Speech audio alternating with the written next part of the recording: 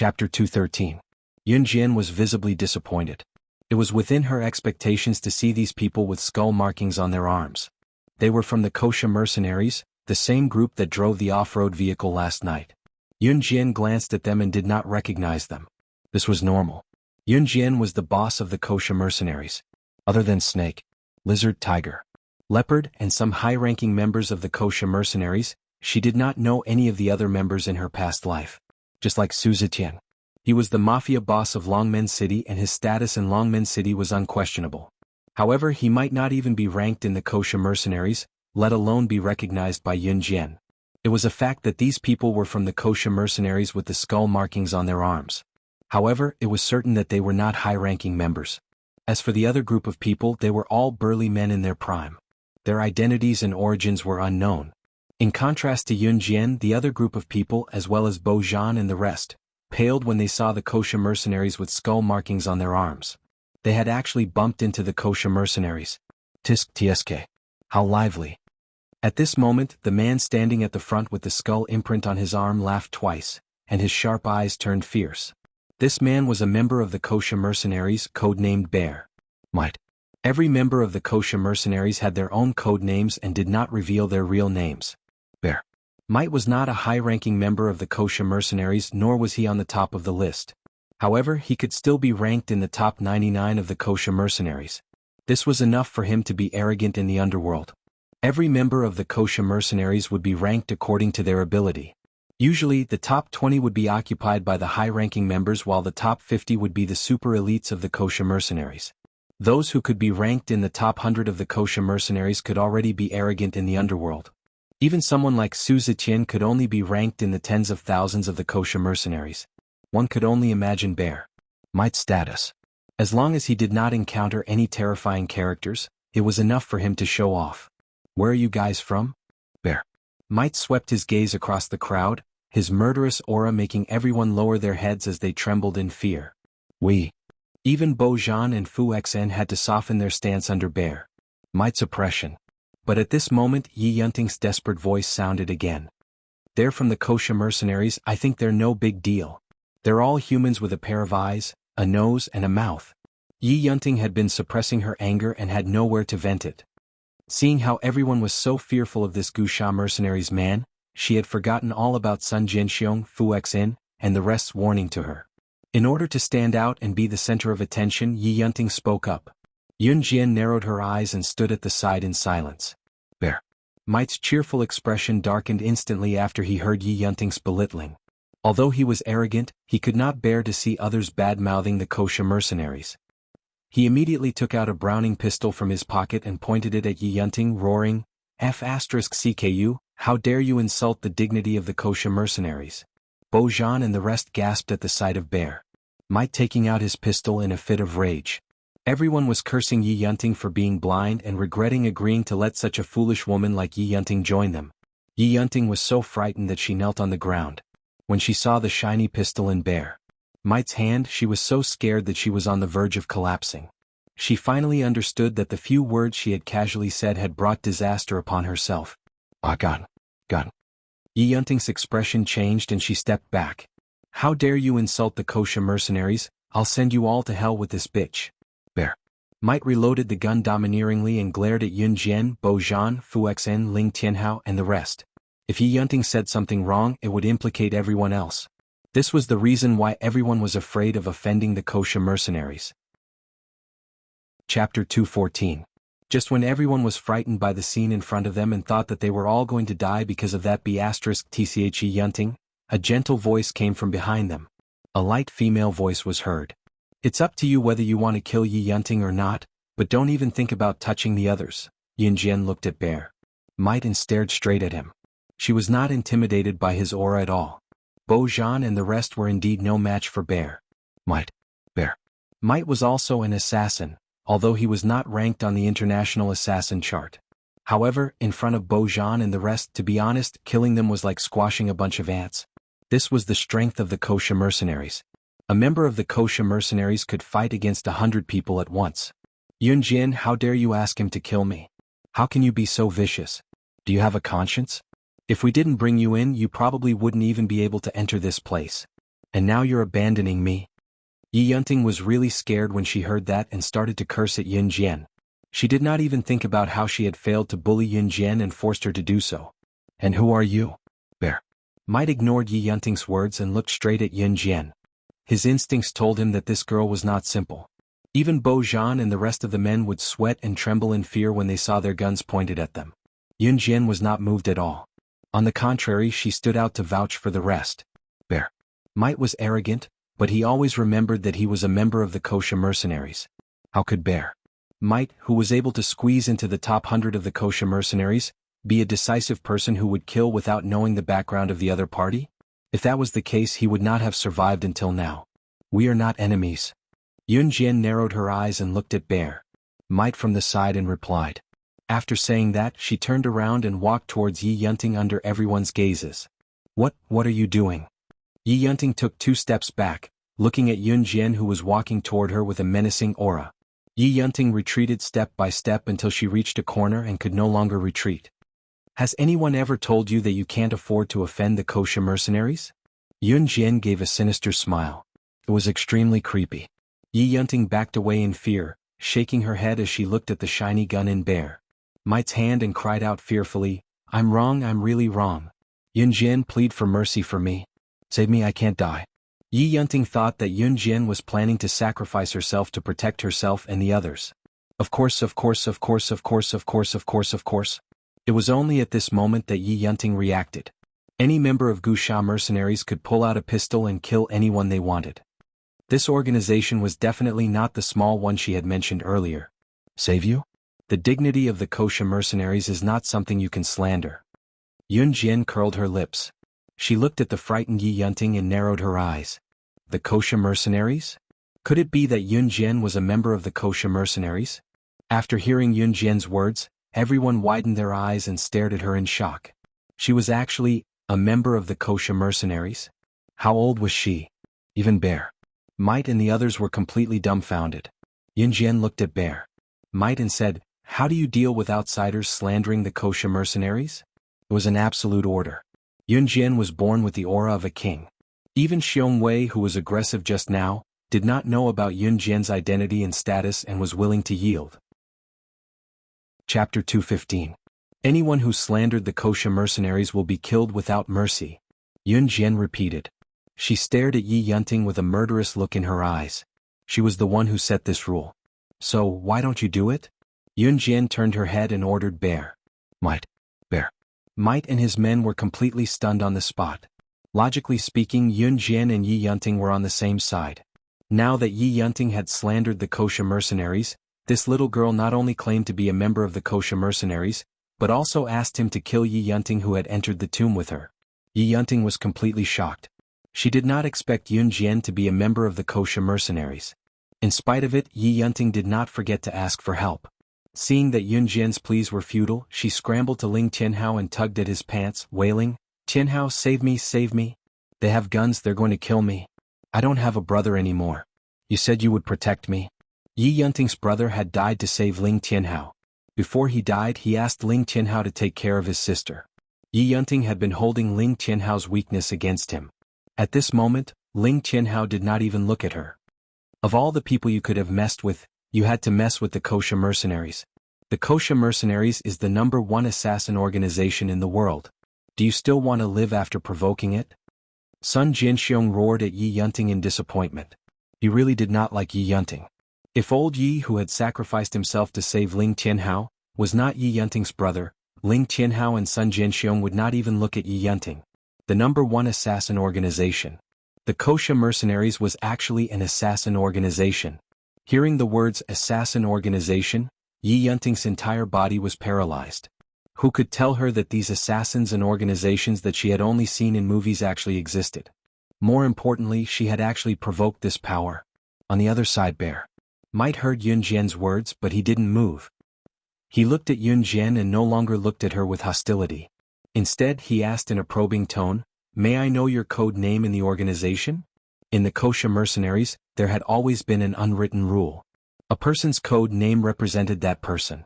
At the same time, the higher the ranking, the higher the position in the Kosha mercenaries. The meaning behind Bear Might's question was obvious. If Yun Jian's status was higher than his, then he would definitely be respectful to Yun Jian. However, if Yun Jian's position in the kosher mercenaries was lower than his, then Bear Might would not listen to Yun Jian. Just as Bo Zhan and the rest were slowly accepting Yun Jian's identity, the frivolous conversation between Yun Jian and Bear Might was heard again. You don't deserve to know. Yun Jian looked at Xiong Wei and crossed her arms. Indeed, he didn't deserve to know. Yun Jian was the boss of the kosher mercenaries. Even the super elites in the top 20 to 50 were not qualified to meet her. Moreover, Bear Might was just a small fry in the top 100. F***ck, this little girl is so arrogant? Bro, you probably weren't even born when we joined the kosher mercenaries. A man standing beside Bear Might could no longer hold it in and was about to punch Yun Jian. However, he was stopped by Bear Might was quite observant. After all, being in the top 100 was already considered impressive. Yun Jian admired Bear Might's ability to hold it in. She pursed her red lips and smiled at Bear Might and his group. Then her gaze fell on Bear Might. You're Lizard's subordinate, right? Snake. Lizard's position in the kosher mercenaries was obvious. Yun Jian actually called her Lizard. Could it be that this little girl's status was higher than Snake? Lizard's? Then she was. Chapter 216. Yun Jian saw Xiong Wei's expression change. She stopped smiling and looked at Xiong Wei. You don't have to guess my identity. You just need to tell me whether you work for Lizard or not. Being exposed, Bear Might stopped hesitating and nodded respectfully. That's right. I'm Lord Snake, Lizard's subordinate. Although Xiong Wei worked for Snake Lizard, he was only one of Snake Lizard's subordinates. He rarely interacted with Snake Lizard. Naturally, he was not as important as the raccoon who gave Yun Jian a sports car. Okay. Yun Jian narrowed her eyes and nodded. I'm done. You can continue what you were doing. Yun Jian told Bear Might as she stepped aside to reveal Yi Yunting, who was trembling in fear in the corner. She was reminding Xiong Wei not to forget to kill Yi Yunting, who dared to slander kosher mercenaries. Okay. Xiong Wei and the others had already submitted to Yun Jian. Xiong Wei pulled the trigger of the Browning and pointed the gun at Yi Yunting. Ah. Yi Yunting covered her eyes and kept saying, don't kill me, I'm wrong, no, wait. Ling Tianhao could not bear to see the sister of his comrade die in front of him. This was his promise to his comrade. Ling Tianhao was a smart man. After watching what happened, he knew that the decision of whether Yi Yunting could live or not was in the hands of Yun Jian, who they had underestimated from the beginning. Ling Tianhao looked at Yun Jian and begged, Sister Yun Jian, can you let her go for my sake? Ling Tianhao was told by Yi Yunting's brother to take care of her. He did not want to break his promise. Otherwise, even if Yi Yunting died in front of him 1,000 times, he would not even blink. Oh. Yun Jian narrowed her eyes and raised her eyebrows at Ling Tianhao. After knowing the relationship between Ling Tianhao and Yi Yunting, it was not surprising that Ling Tianhao would beg him to spare Yi Yunting. Xiong Wei's hand that was about to pull the trigger paused when Yun Jian responded to Ling Tianhao. Why should I let her go for your sake? Who are you to me? Yun Jian's next words made Ling Tianhao and the others' eyelids twitch. The kosher mercenaries had never let anyone go for the sake of a certain someone. But that's fine. It's troublesome to dispose of the corpse after killing someone here, Yun Jian muttered to herself. Then she looked at Bear Might and said to him, do as you see fit. Let her live. However, for someone who slandered the kosher mercenaries, she can be spared from death, but she must be punished. Yun Jian's command actually made Xiong Wei want to obey absolutely. He nodded and answered, yes. Let's continue. Yun Jian narrowed her eyes again and smiled like an ordinary girl, bright and youthful. However, when the others thought of how she did not care about Yi Yunting's life, they felt their hair stand on end. How did Bear Might deal with Yi Yunting? He dislocated Yi Yunting's arms and legs on the spot. Yi Yunting cried out in pain and then fainted, but no one cared about her. At least she kept her life. That was already very lucky. There's no road ahead. We've been searching here for a long time. After Bear Might finished dealing with Yi Yunting, he walked over to Yun Jian and said respectfully. He thought he could guess Yun Jian's identity. Apart from that person, who else could have such a kingly aura? Chapter 217. There's no road ahead? Yun Jian pursed her lips. She looked around and smirked. She had already realized that they were surrounded by mud walls and there was no way out. It was a dead end. Even the exit above has been sealed. Bear Might explain once again. As he spoke, Bear Might explained in more detail, Only when someone from the outside comes in will the exit be opened. However, it will quickly merge back together. Otherwise we will be trapped here until we die. If Yi Yunting had not fainted at this time, she would have been scared to the point of screaming after hearing this. But she probably did not even have the strength to stand up now. Since there's no way out, we'll blow one up. Yun Jian smirked. She turned her head and looked at Bear. Mite's bulging backpack. Is there a bomb? Bo Zhan and the rest were dumbfounded when Yun Jian asked Bear. Mite, such a strange question. They were here to rob a tomb. Who would bring a bomb to rob a tomb? But they did not know the members of the Wuxia mercenaries. Any member of the Wuxia mercenaries would carry a huge backpack when they were out on a mission or venturing into a dangerous place. There must be a bomb in the backpack. But the bomb's power was moderate. It wasn't the kind of dangerous bomb that would kill everyone around it if it was thrown. Under everyone's watchful eyes, Bear. Mite took out a mini bomb from his backpack and handed it to Yun Jian. There is. Everyone was stunned. The Wuxia mercenaries carried bombs with them at all times. What are you going to do with the bomb? Bo Zhan stood beside Yun Jian and asked her. Bo Zhan's question was on point. They were looking for a trap in the tomb. Why would they take out a bomb for no reason? Did they want to blow this place up so that no one would be able to leave alive? There's wind on the other side. That means there's a passage behind this mud wall. But this mud wall is blocking our way. Yun Jian pointed at a spot and explained. Everyone was dumbfounded. Why didn't they hear the wind on the other side? That's strange. If that's the case, there must be a trap here, right? Isn't it bad to blow up the meeting like this? Sun Jianxiong asked suspiciously. As he spoke, he continued to analyze. Moreover, there should have been quite a number of people who found the mechanism and went to the other side of the mud wall before us. So why should we just blow it up? Because I'm too lazy to wait for you guys to slowly find the mechanism. Besides, I have a bomb. Wouldn't it be more convenient to just blow it up? Yun Jian raised her eyebrows at Sun Jianxiong. She snapped her fingers and swung the bomb in her hand leisurely. She couldn't wait to find him. This explanation left everyone speechless. At this time Yun Jian warned, you guys stay away. After everyone had retreated a distance away, Yun Jian ignited the bomb and threw it at the mud wall. She didn't look the least bit flustered as she lay on the ground. Boom! A loud sound was heard. The dust and dirt that flew up from the explosion hit them in the face. After the dust and dirt settled on the ground, everyone shone their flashlights at the small hole that was blasted open by the explosion. In front of the small hole, on the other side of the mud wall, was a passageway. It's really a passage. Sun Jianxiong shouted in surprise. At the same time, he turned his head and saw that the girl seemed to have everything under control. He couldn't help but gulp. Chapter 218. Let's go. Yun Jian stood up and patted her dusty clothes. She took the lead and walked towards the small hole that was blown up. When the others saw this, they all followed suit. Yi Yunting had fainted. Ling Qianhao had no choice but to stay even though he did not want to care about her. At this moment, other than the two of them, the others continued to move forward. There was no way back.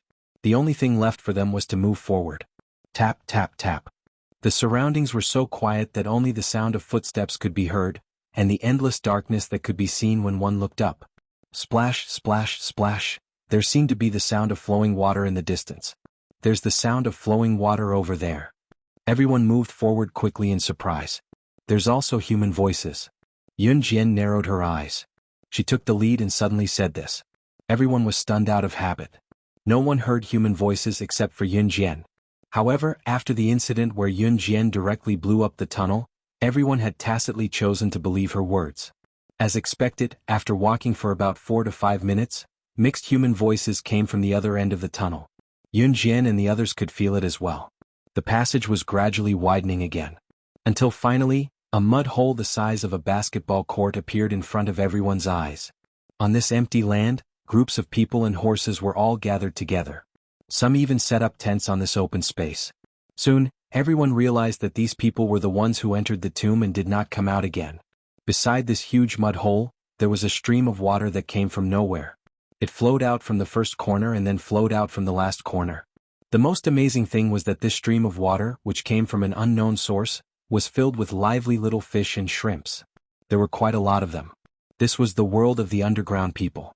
Not to mention Bo Zhan and the others, even Yun Jian could not help but smile. At this moment, Sun Jianxiong and the others seemed to have seen someone they knew in the crowd. Professor Su. Sun Jianxiong and the others rushed forward. You guys are here too? The man called Dr. Su was full of energy. He was about 50 or 60 years old and was a very energetic old man. Professor Su was also stunned when he saw Sun Jianxiong and the others. It was obvious that Sun Jianxiong and the others had been sent to the tomb by Z country to look for Professor Su, who had also been buried. It could be seen that Professor Su held a high position in Z country and was highly valued. Professor Su, what's going on here? Why didn't anyone come out of the tomb? Sun Jianxiong asked. Yun Jian and the others stood in the distance and listened. Professor Su pointed at a stone door carved with dragons and phoenixes. He sighed and said, "It's not that we can't go back, it's that no one wants to." When everyone heard this, they were instantly stunned. Professor Su explained the whole story in detail. After the first person to enter the tomb discovered this place, he refused to leave. There was one reason. There were a few ancient characters engraved on the stone door with the dragon and phoenix carvings. The experts and scholars studied it for several days and finally deciphered the translation of the ancient characters. The translated meaning of the words on the stone door was, "Pass through this stone door and you will know all the secrets of the sandalwood box." Of course, those who wanted to pass through this stone door had to stay here for a whole year. Everyone present was here to decipher the secrets of the sandalwood box. Of course, they refused to leave. Moreover, there were large numbers of fish and prawns in the flowing water. Once they stayed here, they could catch fish and prawns and cook them. They did not have to worry about starving to death. In the eyes of outsiders, the people who entered the tomb had already become horrifying skeletons. Professor Su, since you're here, why don't you contact the outside world? Sun Jianxiong asked the key question. Professor Su shook his head and smiled. There's no signal here. After he said that, everyone took out their communicators and looked. There was no signal. Yun Jian came over while everyone was still in shock. She looked at Professor Su and asked, "May I ask if you've seen a handsome man who's about 19 years old and is 185 meters tall? There are 2 people with him?" She was naturally asking about C. She looked around but still could not find him. She could not help but worry. Chapter 219. Sun Jianxiong, Bo Zhan, and the rest were stunned by Professor Su's words. Sun Jianxiong in particular was the first to realize that something was amiss, so he continued questioning Professor Su. "That's not right, Professor Su. You said that one has to stay here for a year to pass through the stone door. But even if this tomb was excavated first, the person who entered the tomb had only stayed here for a few months at most, right? What I mean is, how could that young man have already entered the stone door?" Sun Jianxiong asked out of curiosity. After all of them including Yun Jian had just made their way here. It could be said that they knew nothing about the recent happenings in the tomb. "Let me finish first." Professor Su gulped. He immediately became spirited, looking at the group with a solemn gaze and continued, "You can pass through the stone door by staying here for a year. That's only one option." "So, there's another option?" This time Yun Jian asked. Professor Su then looked at Yun Jian and nodded. "That's right." As he spoke, Professor Su frowned and pointed at an open stone cave beside the stone door. "This stone cave is another way to pass through other than the stone door," Professor Su said. Bo Zhan and Fu Xan were both expert grave robbers, so they were well versed in mechanisms. Fu Xan was the first to notice that the stone cave was unusual. Fu Xan shouted in shock, "That stone cave has a monstrous mechanism in it." As he spoke, he ran over to check out the cave entrance, then returned to the group. Let alone a person, even a fly would find it difficult to pass through this cave. Fu Xan was deeply shocked when he said this. "That's right." Professor Su nodded. No one believed it at first and insisted on passing through this stone cave first, saying that they didn't want to wait a year for the stone door to open. Professor Su continued, his expression turning solemn. In the end, without exception, all of them died tragically in this cave. Their flesh was mangled, their bodies pierced by thousands of arrows. When the group heard this, they could not help but shudder. "He passed," Yun Jian said after listening to Professor Su from the side. It was not a question but a confirmation. He must have passed. Yes. Only that young man and his 2 subordinates passed through the cave. When Professor Su said this, his entire body was filled with an unprecedented excitement. None of the people gathered here were ordinary people, and there were many assassins and secret agents. However, those who insisted on entering the cave and didn't want to wait a year for the stone door to open all died tragically in the cave. Ce was the only one who passed. On the other hand, the mechanisms in this cave were set up one after another. It had to be said that the tomb builder was very powerful. The mechanism he built would only activate when a creature wanted to pass through. Furthermore, it could be used repeatedly. In other words, even if the mechanism was used once, it could still be used hundreds or thousands of times. Yunjian's lips curled up even more. She gently pursed her lips and her smile became even more unbridled. You guys stay here, I'll go look for him. Yunjian looked straight at the people in front of her. Her casual words caused everyone present to be dumbfounded. What? Yunjian, you want to go through that cave? Sun Jianxiong cried out involuntarily. This isn't a joke. Bo Zhan followed up. Professor Su, on the other hand, looked at Yunjian fiercely. She was only 15 or 16 years old, right? Did she really have the ability to go through that cave? It should be known that those who had tried to pass through the hole but had failed and died tragically were all internationally renowned figures. There was even one person who was ranked 6th on the international secret agent list. Even that person did not pass through that cave. Chapter 220. Little girl, you want to go through that cave too? Don't you know how many people have died in that cave? Only the last batch of people who didn't want to take the risk stayed behind and stayed here, waiting for the stone door to open. Professor Su took a deep breath. Then, Professor Su used the tone of an elder reprimanding a junior and continued to lecture Yunjian. This is not a child's play. Only that young man and his 2 subordinates have succeeded in breaking through this cave. Life is precious. How can you waste your hard-earned life like this? Professor Su was sure that Yunjian would not be able to pass through the mechanism in this cave. If she forced her way through, she would end up with 1,000 arrows piercing through her heart. After all, Yunjian was so young that he could not convince himself even if he wanted to. What's more, he was a scientific researcher. To believe that a little girl like Yunjian who had not even reached puberty would be able to break through that cave, that was a fool's dream. Although Professor Su was doing this for Yunjian's sake, he did not want to see anyone make unnecessary sacrifices. But when the words came out of his mouth, his tone became not so pleasing. That's right, Yunjian. Don't do something so risky. Professor Su must have his reasons. Sun Jianxiong helped Professor Su to persuade Yunjian. Bo Zhan and Fu Xan did not believe that Yunjian could pass through this cave. But the 2 of them did not say anything. As for Bear Might and the others, they simply remained silent. Bear Might was silent because he had already guessed Yunjian's shocking identity. If Yunjian was really one of the Kosha mercenaries, how could a mere cave trap her? If she wanted to pass through that cave, it would be as easy as lifting a finger. Do you think I would joke around with my life? Yunjian sneered. She continued, I'm just letting you know, I'm not asking for your permission. Yunjian had never sought permission from others before. Yunjian's arrogant words made everyone present stop talking. Our Professor Su is doing this for your own good. How can a little girl like you be so ungrateful? At this moment, a woman standing behind Dr. Su yelled at Yunjian to defend Dr. Su. The woman's name was Jiang Jiaoxue. Jiang Jiaoxue was Professor Su's assistant. It was normal for a renowned scholar like Professor Su to have a few assistants around him. Jiang Jiaoxue was proud of being able to work under Professor Su, so she was arrogant and domineering. When she saw Yunjian refuting Professor Su, who she respected, she couldn't help but retaliate. Yunjian merely curled her lips slightly and ignored Jiang Jiaoxue. She merely glanced at Xiong Wei and the others and said, all of you stay here. As she spoke, she walked towards the cave. You can't go. You can't go. Seeing that Yunjian didn't listen to his advice and hated her for not listening to him, Professor Su was even more annoyed. However, Bo Zhan noticed that Xiong Wei and the others who belonged to the Kosha mercenaries along with Yunjian were not panicking at all. Bo Zhan was observant and he couldn't help but look at the girl who was walking towards the cave. He saw that Yunjian had arrived in front of the cave. She lifted her leg and jumped into the cave while Bo Zhan, Professor Su and everyone else who was waiting for the stone door to open gasped in shock and fear. Swoosh swoosh swoosh. As expected, after Yunjian entered the cave's mechanism was activated. Countless flying arrows rained down and were aimed at Yunjian.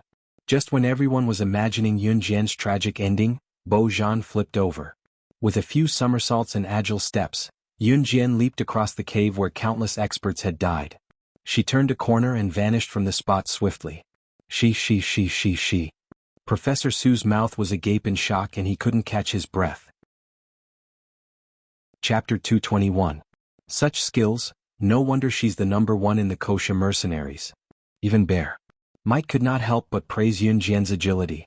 As he spoke, Bear Might could not help but admire and respect Yunjian. What did you say? She's from the Kosha mercenaries?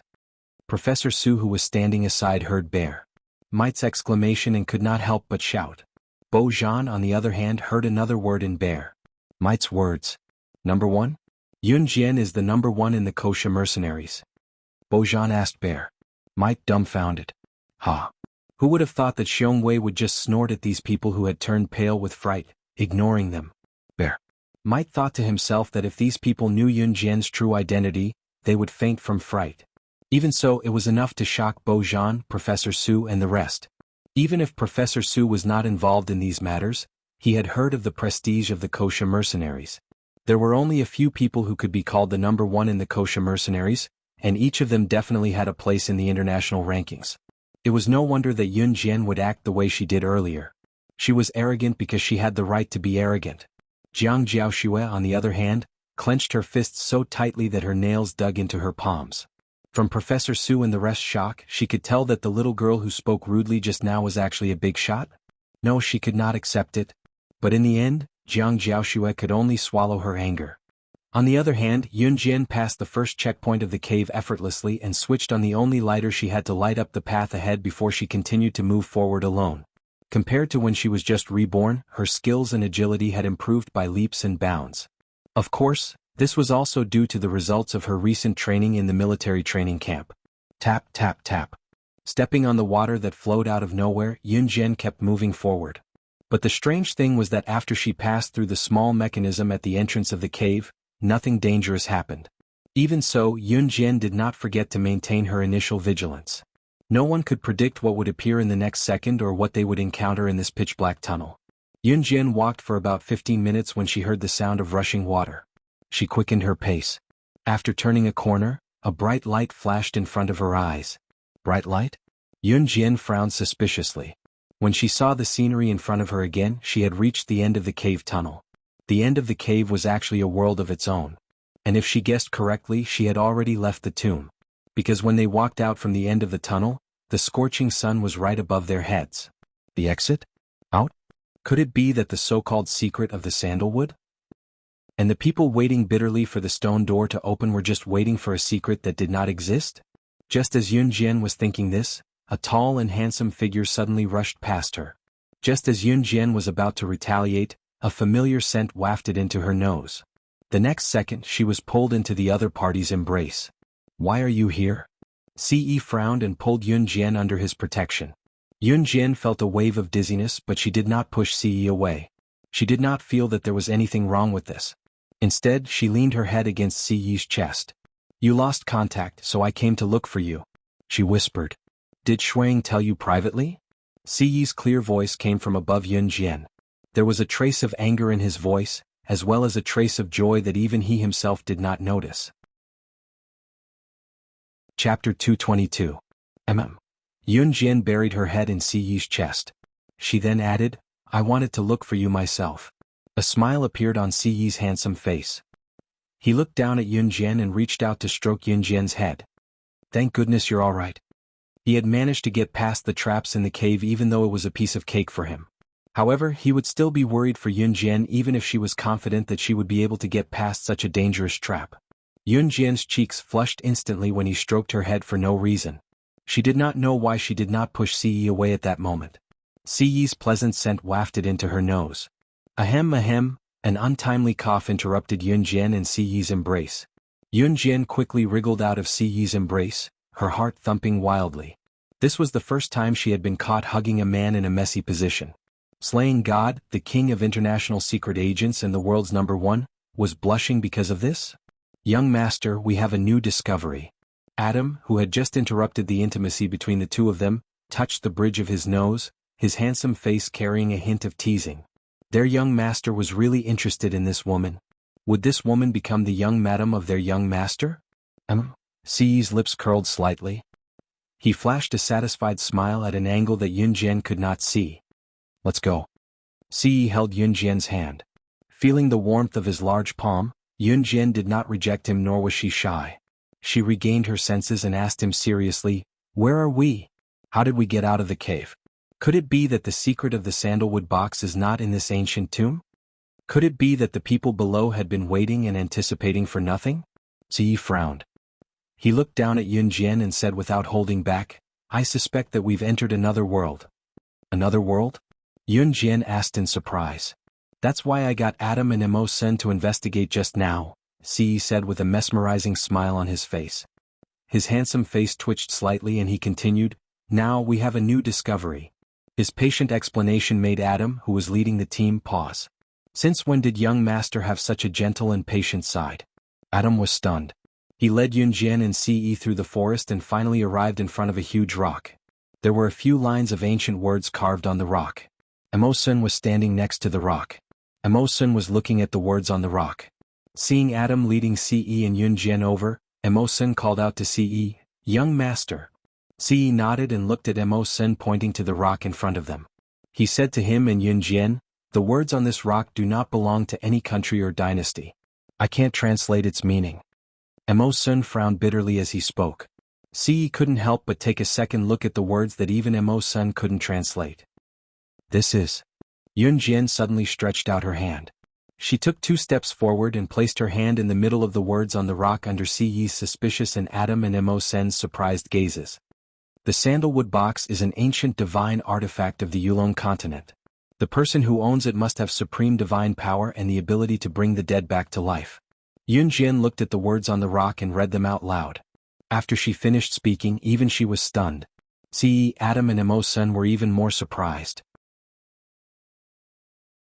Chapter 223. Yun Jian didn't know how she could understand the words engraved on the rock. It was just that when she first saw them she suddenly felt a sense of déjà vu.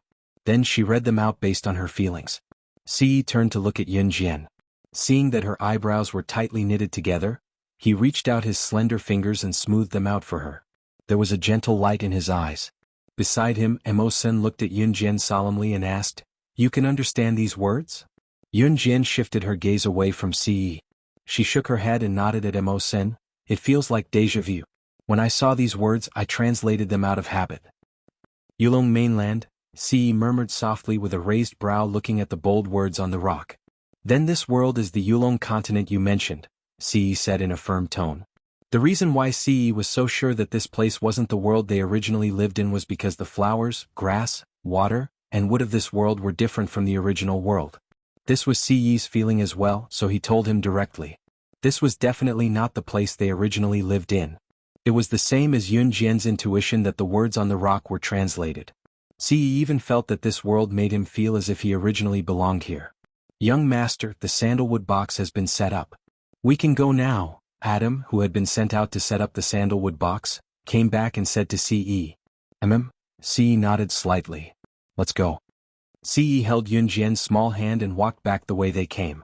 The sandalwood box originally belonged here. He was just returning it to its rightful owner. As for where this place was, it was no longer within their scope of consideration. Yun Jian followed Ce's tall figure as they walked back step by step. She glanced at him from time to time, feeling warm in her heart. However, no one knew that their conflict with the Yulong continent was far from over. Of course, this was a story for later.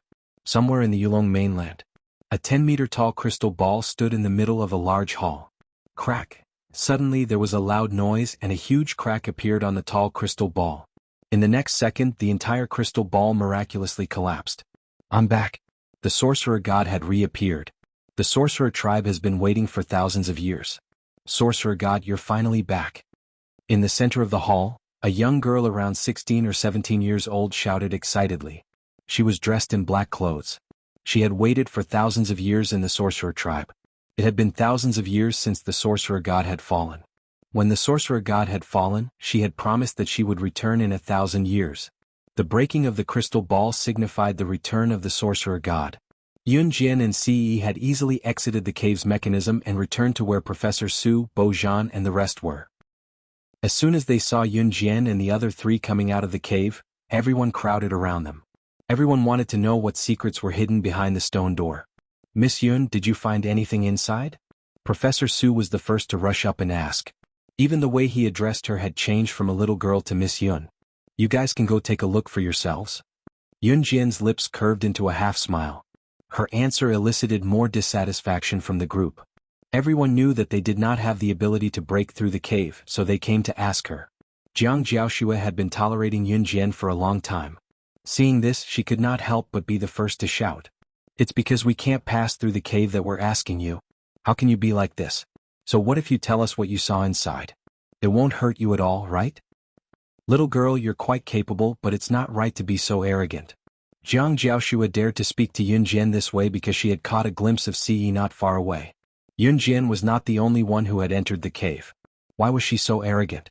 Therefore, Jiang Jiaoxue was certain that a handsome person like Ce would definitely tell her what had happened inside. She turned around and asked Ce, "Hey handsome, I saw that you've been in the cave too. Can you tell us what happened inside?" Chapter 224. Jiang Jiaoxue was very pretty.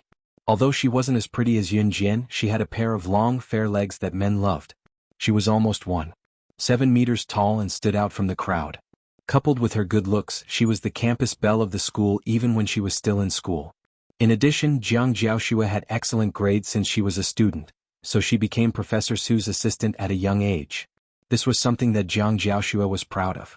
One had to admit that Jiang Jiaoxue was a woman that men would fall in love with. Not only did she have a good figure and good looks, but she also had excellent grades. Jiang Jiaoxue also admitted that there weren't many men who could be seduced by her. She saw that Ce was so handsome and had shown good skills, so she took the opportunity to seduce him. At the same time, she wanted to ask about everything that Ce, Yun Jian, and the others had seen after entering the cave. That was why Jiang Jiaoxue threw Ce a seductive glance. She even felt that it was advisable to sacrifice her beauty when necessary.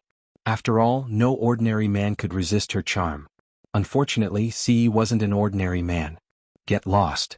Jiang Jiaoxue was feeling smug and thought that Ce would answer her. Then she would sneer at Yun Jian and provoke Ce. Suddenly, Ce spat out a word, instantly shattering all of Jiang Jiaoxue's fantasies. This one word was shouted in front of everyone.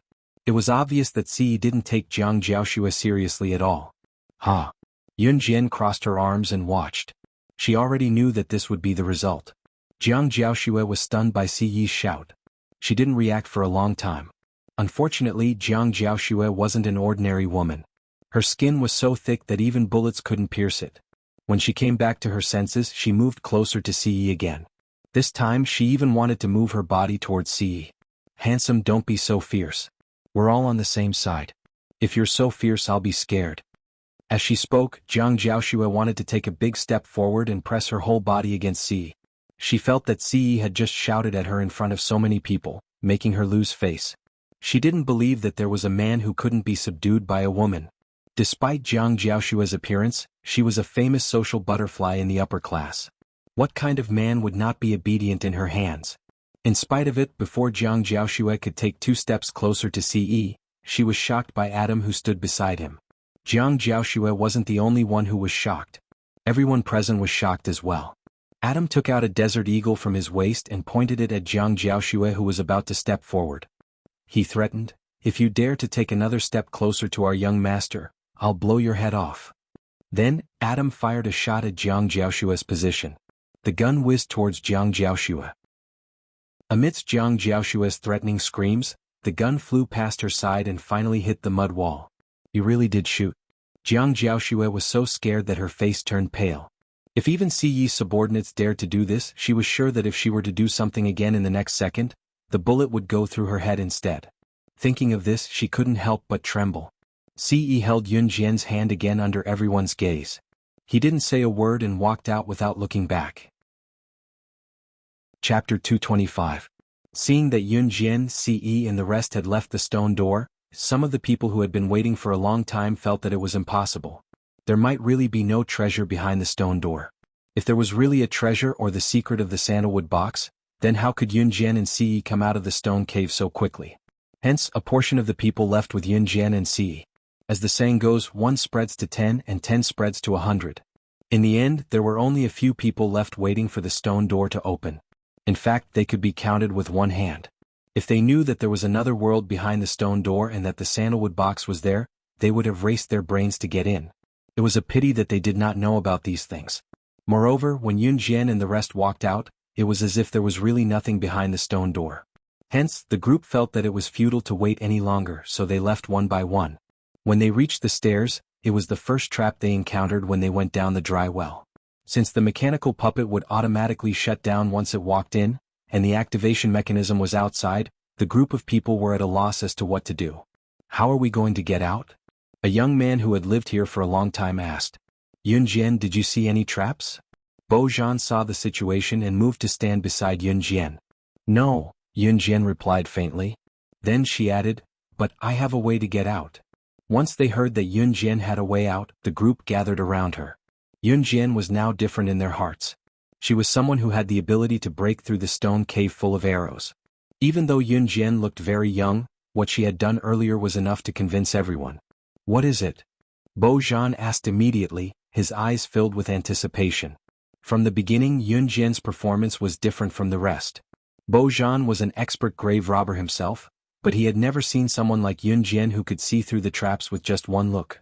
Hence he placed his hopes on Yunjian. It's simple.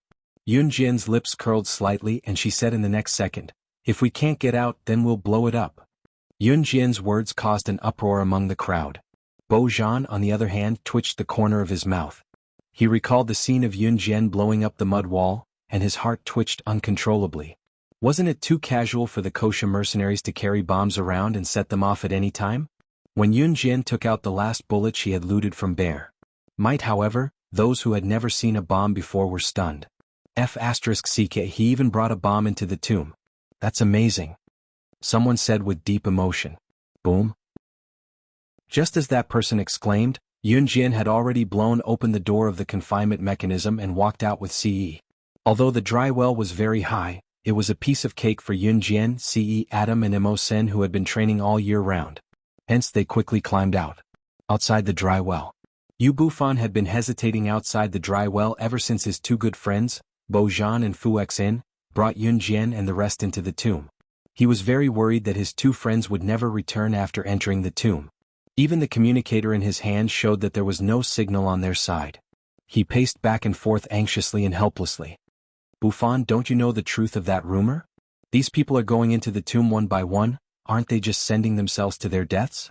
How long has it been? Look at the people who went into the tomb, are there still people coming out? Even if there are still people alive, they must have starved to the point that only a pile of bones is left. Someone stood in front of Yu Bufan and advised him. This person suddenly saw Yu Bufan looking at the dry well in shock. He followed Yu Bufan's gaze suspiciously and saw Yunjian and Ce jumping out of the dry well one after another. Chapter 226. Yu Bufan's eyes almost popped out of their sockets when he saw Yunjian jumping out of the dry well so easily. You actually, how did you? The person who had been persuading Yu Bufan earlier was so shocked that his jaw almost dropped to the ground. How could someone who had entered this tomb come back alive? This was different from what the rumors said. Just as this person finished speaking, Adam and Mawson jumped out of the dry well one after another with a plop sound. Both of them were skilled as they stood behind Ce without making a sound after exiting the well. You guys actually came out alive? This is a tomb. The person who had been persuading Yu Bufan earlier pointed at Yunjian and the rest with a trembling finger. One had to know that the first person to excavate this tomb had already been down for half a year and there were many people who had continued to enter the tomb. But this tomb was like a black hole that no one could return from. No one who had gone down had ever come back up. In the end, all the rumors that this tomb was haunted or evil had spread. This made those who wanted to enter the tomb shrink back, who didn't cherish their own lives. But what did he see today? Someone had climbed out of the dry well alive? This was simply a world-class miracle. What? We can't live? Yunjian raised her eyebrows and smiled at the person, looking relaxed and refreshed. When she knew that Ce had met with an accident, she was really shocked. But now that Ce was fine, her heart was at ease. Yunjian, have you seen Bojan and Fu Xin? Yu Bufan walked towards Yunjian with a frown. He was naturally worried about his two good friends.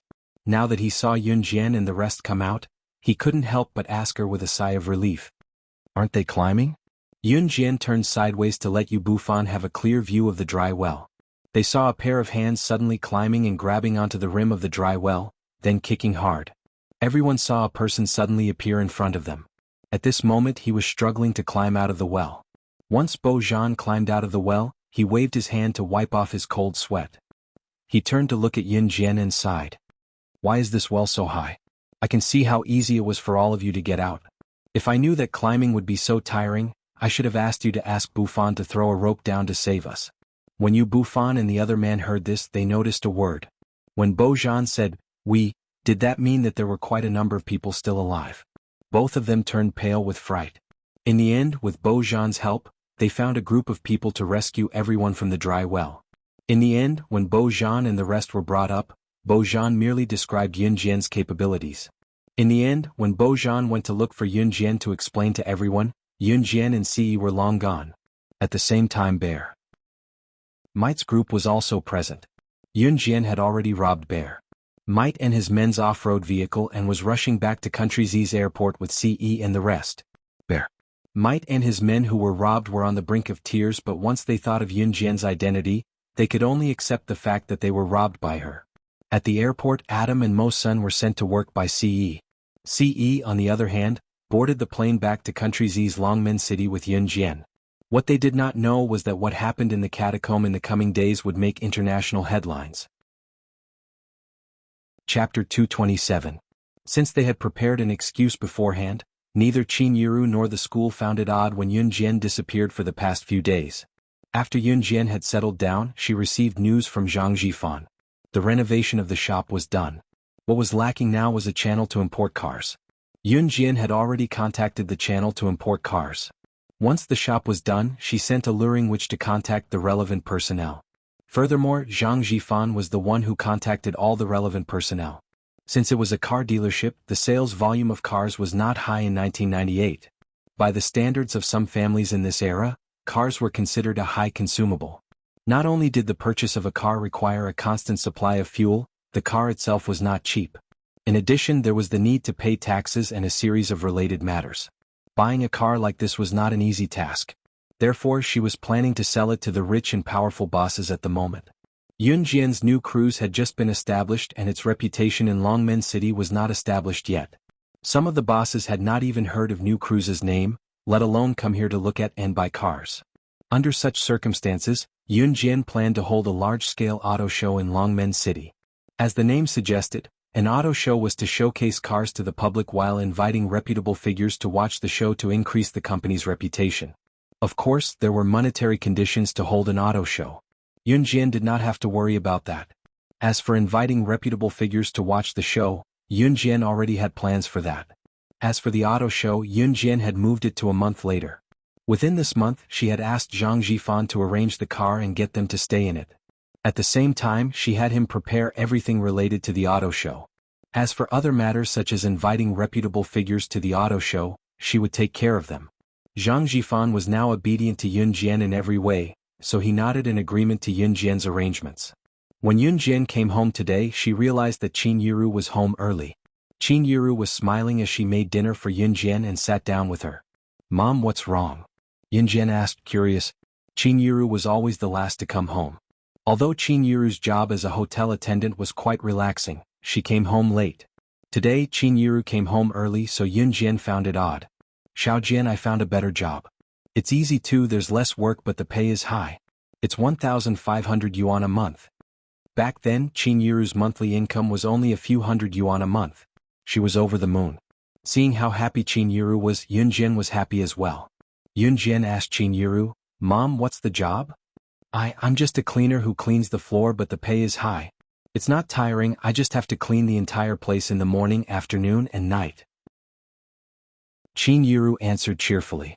She then continued, "The place I'm working at is the newly established New Cruise in our city. It's a company that sells cars. The boss is doing really well with his business. I heard that he spent more than 10 million yuan to buy this shop."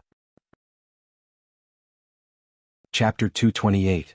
When she heard from Qin Yiru that her mother was working at New Cruise, Yun Jian's eyelids twitched. Her mother's workplace had become her own company? Yun Jian was taken aback by this as well. It was a good thing though. At least Qin Yiru was working at her company. It would be convenient for her to give Qin Yiru subsidies in the future. It was legitimate. At the same time, Yun Jian was thinking if she should tell Zhang Jifan the next time she saw him to give the cleaning lady a raise. "Xiao Jian, are you listening to me?" Qin Yiru waved her hand a few times in front of Yun Jian when she saw that Yun Jian was distracted. "I'm listening, Mom," Yun Jian answered with a smile at Qin Yiru with squinted eyes. Qin Yiru nodded and continued with her thoughts. "Xiao Jian, I just think that we've been bothering your Auntie Dong for too long. I feel bad about it. I've saved some money these days and want to rent a place. Let's move out of here first. When I've saved enough money in the future, I'll come back and visit your Auntie Dong properly, Qin Yiru said. Yun Jian understood Qin Yiru right away. Qin Yiru thought that they had been bothering her for too long. It was someone else's house after all, so it was not appropriate. Mom, I'm fine with it. I'll listen to you, Yun Jian said. She really was fine with it. To her, moving to another place was just a change of sleeping place. Xiao Jian, you're not against it? Qin Yiru was surprised. After all, moving out of the villa meant that their living environment would be much worse than it was now. Qin Yiru was thinking that if Yun Jian did not want to move to a worse environment, she would not move out first. After some time, when he had enough money on hand, he would rent a decent place to rent before moving out. I'll leave it to you, Yun Jian said with a nod. Okay, then tomorrow morning when your Auntie Dong is here, let's talk to her about it, Qin Yiru said. Qin Yiru was really grateful to Dong Ruan. When she was at her lowest, it was her old friend who took her family in. However, now that she had money on hand, she felt that she had disturbed him for too long and should move out. That was all. After all, everyone had a family. Although they were childhood best friends, they were now married. Although Dong Ruan's husband had passed away, she felt that it was inappropriate for her to disturb them for too long. The next day, Dong Ruan rested at home. When Qin Yiru mentioned this to Dong Ruan refused at first. But later, for some reason, he was convinced. At the same time, Dong Ruan also took a few days off to find the most comfortable rental apartment for Qin Yiru. Qin Yiru wanted to look for it herself, but she could not resist her best friend's enthusiasm in the end. Soon, a rental apartment was found. Early in the morning, Qin Yiru brought Yun Jian to move out with bags of various sizes. Yun Jian did not have a lot of things. She only had a backpack and there were not many things in it. Xiao Jian, is everything ready? Qin Yiru asked Yun Jian with bags of various sizes. Dong Ruan had also taken a day off to help Qin Yiru move things. She looked at Yun Jian as well. Everything's ready, Yun Jian answered with a nod. Let's go then, Qin Yiru said and pushed the bags out the door. Screech! There was the sound of a car braking and the door was opened. Ce had just returned from the door when he saw Yun Jian and Qin Yiru walking out with bags of various sizes. He asked with a frown, "What are you guys doing?" "Yayi's back? Auntie, I've been bothering you all these days. I'm moving out today. Come, Xiao Jian, say goodbye to Ai," Qin Yiru told Ce. She had been addressing Ce in an affectionate tone like an elder these days, and it was tacitly acknowledged. When Ce heard Qin Yiru's explanation, his brows furrowed and he was already in front of Yun Jian, his tall frame looming over her. Chapter 229. Both Qin Yiru and Dong Ruan were flabbergasted by Ce's inexplicable action. Yun Jian, who stood in front of Ce, felt her eyelids twitch. Her heart was beating uncontrollably with a thump-thump-thump sound. "Ah yeah, Auntie and Xiao Jian have already found a place outside. We're planning to move in today." Qin Yiru's voice softened as she faced the fuming Ce. Even Qin Yiru herself did not realize it. Why did she not think that Ce's action was odd? To Qin Yiru, she was also someone who had never been involved in love. Qin Yiru had never liked Yun Jian's biological father, Yun Gang. Back then, her family was not doing well and wanted her to marry Yun Gang, so she did. Qin Yiru had never experienced the joy of love, so she found Ce's inexplicable action strange as well. Dong Ruan, on the other hand, was different. She was stunned for a moment before she realized what was going on. Could her nephew have feelings for Yun Jian? Interested? Dong Ruan knew that Ce was 19 years old and no woman had ever been able to get close to him. No woman dared to even take a few steps closer to him, let alone get close to him. Ever since Ce's mother, who was also her biological sister, passed away, Dong Ruan had been protective of Ce like a mother. It was because Ce was a child without a mother since he was young, so Dong Ruan had to take care of him. What Dong Ruan was most worried about was Ce's marriage in the future. Her nephew was proficient in everything, and his appearance was so handsome that it was indescribable. It was just that he had never been enlightened when it came to relationships. Therefore, Dong Ruan's heart skipped a beat when she saw the scene. Dong Ruan had her own selfish motives, but it was undeniable that she liked Yun Jian quite a bit. Now that she saw Ce's action, Dong Ruan helped Ce persuade Qin Yiru. "Yiru, why are you insisting on moving out with your two children? Stay. Look, even my nephew can't bear for you guys to leave." As she spoke, Dong Ruan held Qin Yiru's hand and patted it.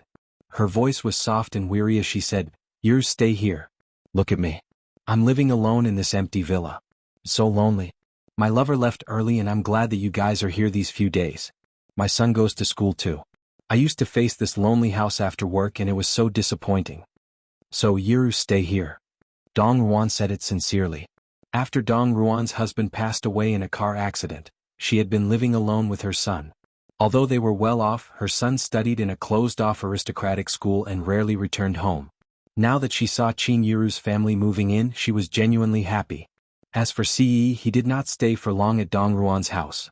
When Dong Ruan persuaded Qin Yiru to stay, Ce's grip on Yun Jian's hand tightened. She wanted to leave but he would not let go. Yun Jian pursed her lips. She wanted to say something but when the words reached her mouth, she could not say anything. Qin Yiru did not seem to notice Ce's grip on Yun Jian's hand. She was slow when it came to emotions. However, under Dong Ruan's repeated persuasion, Qin Yiru finally nodded with tears in her eyes. All right, we'll stay. Yun Jian's cheeks were already rosy. She struggled but could not break free. In the end she could only give up. And Dong Ruan saw all of this. Chapter 230.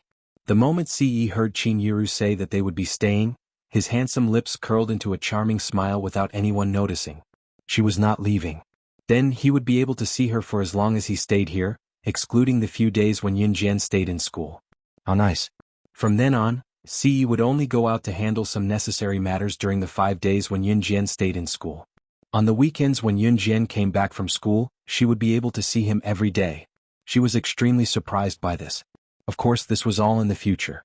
By the time Dong Ruan helped Qin Yiru move everything back to every corner of the villa, it was already 4:30 p.m. Dong Ruan glanced at Yun Jian and Ce before saying to Qin Yiru, Yiru, I don't have to go to work today. Since we're all here, I'll be the host tonight. Let's go to a restaurant together? Dong Ruan was afraid that Qin Yiru would reject her. She could not help but recall the scene back then, so she said to Qin Yiru, Yiru, do you remember when we snuck out of school to eat wontons when we didn't want to go to class in high school? As she spoke, Dong Ruan was really immersed in her memories. She smiled and said bitterly, that wonton shop is still open. Let's go there for dinner tonight. What do you think? Dong Ruan suggested going to a restaurant because she wanted to buy more time for her nephew to spend with Yun Jian. However, as she spoke, Dong Ruan could not help but reminisce about the stupid things she and Qin Yiru did back then. The two of them even learned to play truant from school just to eat a bowl of wontons. Qin Yiru had never approved of going to a restaurant. Perhaps it was because she had been through too much hardship that she could not change her habit. However, she more or less missed the place where she and Dong Ruan shared their memories. Okay. Qin Yiru agreed to it at once. The memories from the past were unforgettable. Now they had grown up, gotten married, and had children. However, the scenery of the past was blurred in his mind. Some things can change at will. For example, Dong Ruan's husband's accident, or Qin Yiru's marriage to Yun Gang was so heartless. But the only thing that made people nostalgic was memories. Alright, then let's go over now. Dong Ruan said with a smile. In fact, there were only 4 people in this group. Dong Ruan's son was studying in an elite school, while Yun Jian's brother Yun Yi was studying in the school. After all, it was a key high school and there was a lot of work to be done, so he rarely had time to rest. Dong Ruan's car was a black Audi sports car, which could only seat 2 people. Including Qin Yiru, Yun Jian, Ce, and Dong Ruan herself, there were a total of 4 people. This meant that they had to drive 2 cars and 2 people in one car. Yiru, sit in my car. Let's talk about the past.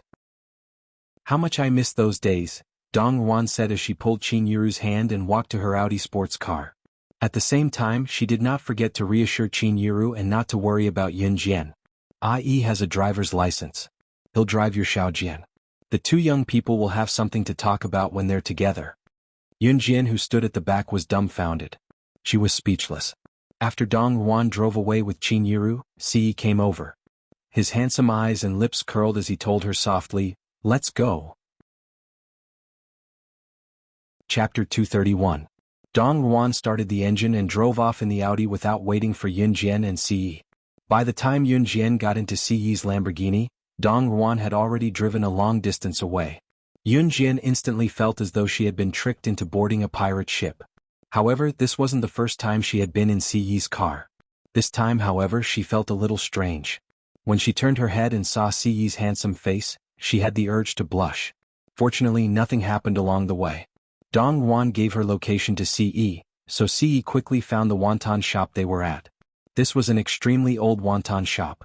The decorations in the shop were from more than 10 or 20 years ago, which was already outdated for the current era. However, the shop's business had always been good, so the shop had been open until now and hadn't closed down. Many of the old shops in the surrounding area had already closed down or been sold, so this wonton shop was the only one that was still open. Above the door of the wonton shop, there were a few words written in block letters: Sue's Little Wonton. The owner of this wonton shop was an old lady in her 50s or 60s with the surname Sue. This shop was run by Old Lady Sue and her husband, but Old Lady Sue's husband had passed away a few years ago. When Ce stopped the car and walked into the shop with Yun Jian, Qin Yiru and Dong Ruan were catching up with Old Lady Sue. In fact, Old Lady Sue knew Qin Yiru and Dong Ruan. When they were young, they loved to come to Old Lady Sue's wonton shop the most. At that time, Old Lady Sue was only Qin Yiru and Dong Ruan's age. Back then, Dong Ruan and Qin Yiru had played truant from school and realized that they had only brought enough money for a bowl of wonton. Later, Old Lady Sue asked her husband to make an extra bowl of wonton for them as a free gift. Dong Ruan and Qin Yiru had always remembered this incident and would never forget it. When they were seated, Dong Ruan deliberately pulled Qin Yiru to sit with her, forcing Yun Jian to sit with Ce. Yun Jian pursed her lips. Ce understood what his aunt meant, and a rare smile appeared on his handsome face. Here for bowls of wonton. They're fresh out of the pot and the stuffing is all made this morning. Come and have a taste. Let's see if it tastes the same as it did 10 years ago. Old Madame Sue appeared to be full of vigor. She placed bowls of wonton in front of the 4 people. Yun Jian picked up a spoon and blew on the wonton gently before swallowing it down with some soup. The smell was very fragrant and delicious. She narrowed her eyes. In her previous life, she had traveled all over the world and eaten countless delicacies. However, this was the first time she had eaten such a delicious wonton that was bland yet had a hint of natural flavor. This was even more delicious than those delicacies. Delicious. It tastes just as good as it did in the past. Qin Yiru and Dong Ruan couldn't help but exclaim in admiration as they tasted the wonton delicately. Eat more if it's delicious. Old Madame Sue covered her mouth and laughed. She had always held on to this wonton shop. After her husband's death, it became her only tie. This place was the place where she and her husband reminisced. As old Madame Sue reminisced with Qin Yiru and Dong Ruan, she couldn't help but steal a few glances at Yun Jian and Ce. In the end, old Madame Sue sighed and said, "These 2 children are so handsome. I think they look like husband and wife. These 2 children have a bright future ahead of them." This empty praise made Yun Jian choke on her wonton.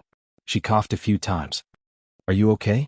Ce threw away the spoon in his hand and gently patted Yun Jian's back. Chapter 232.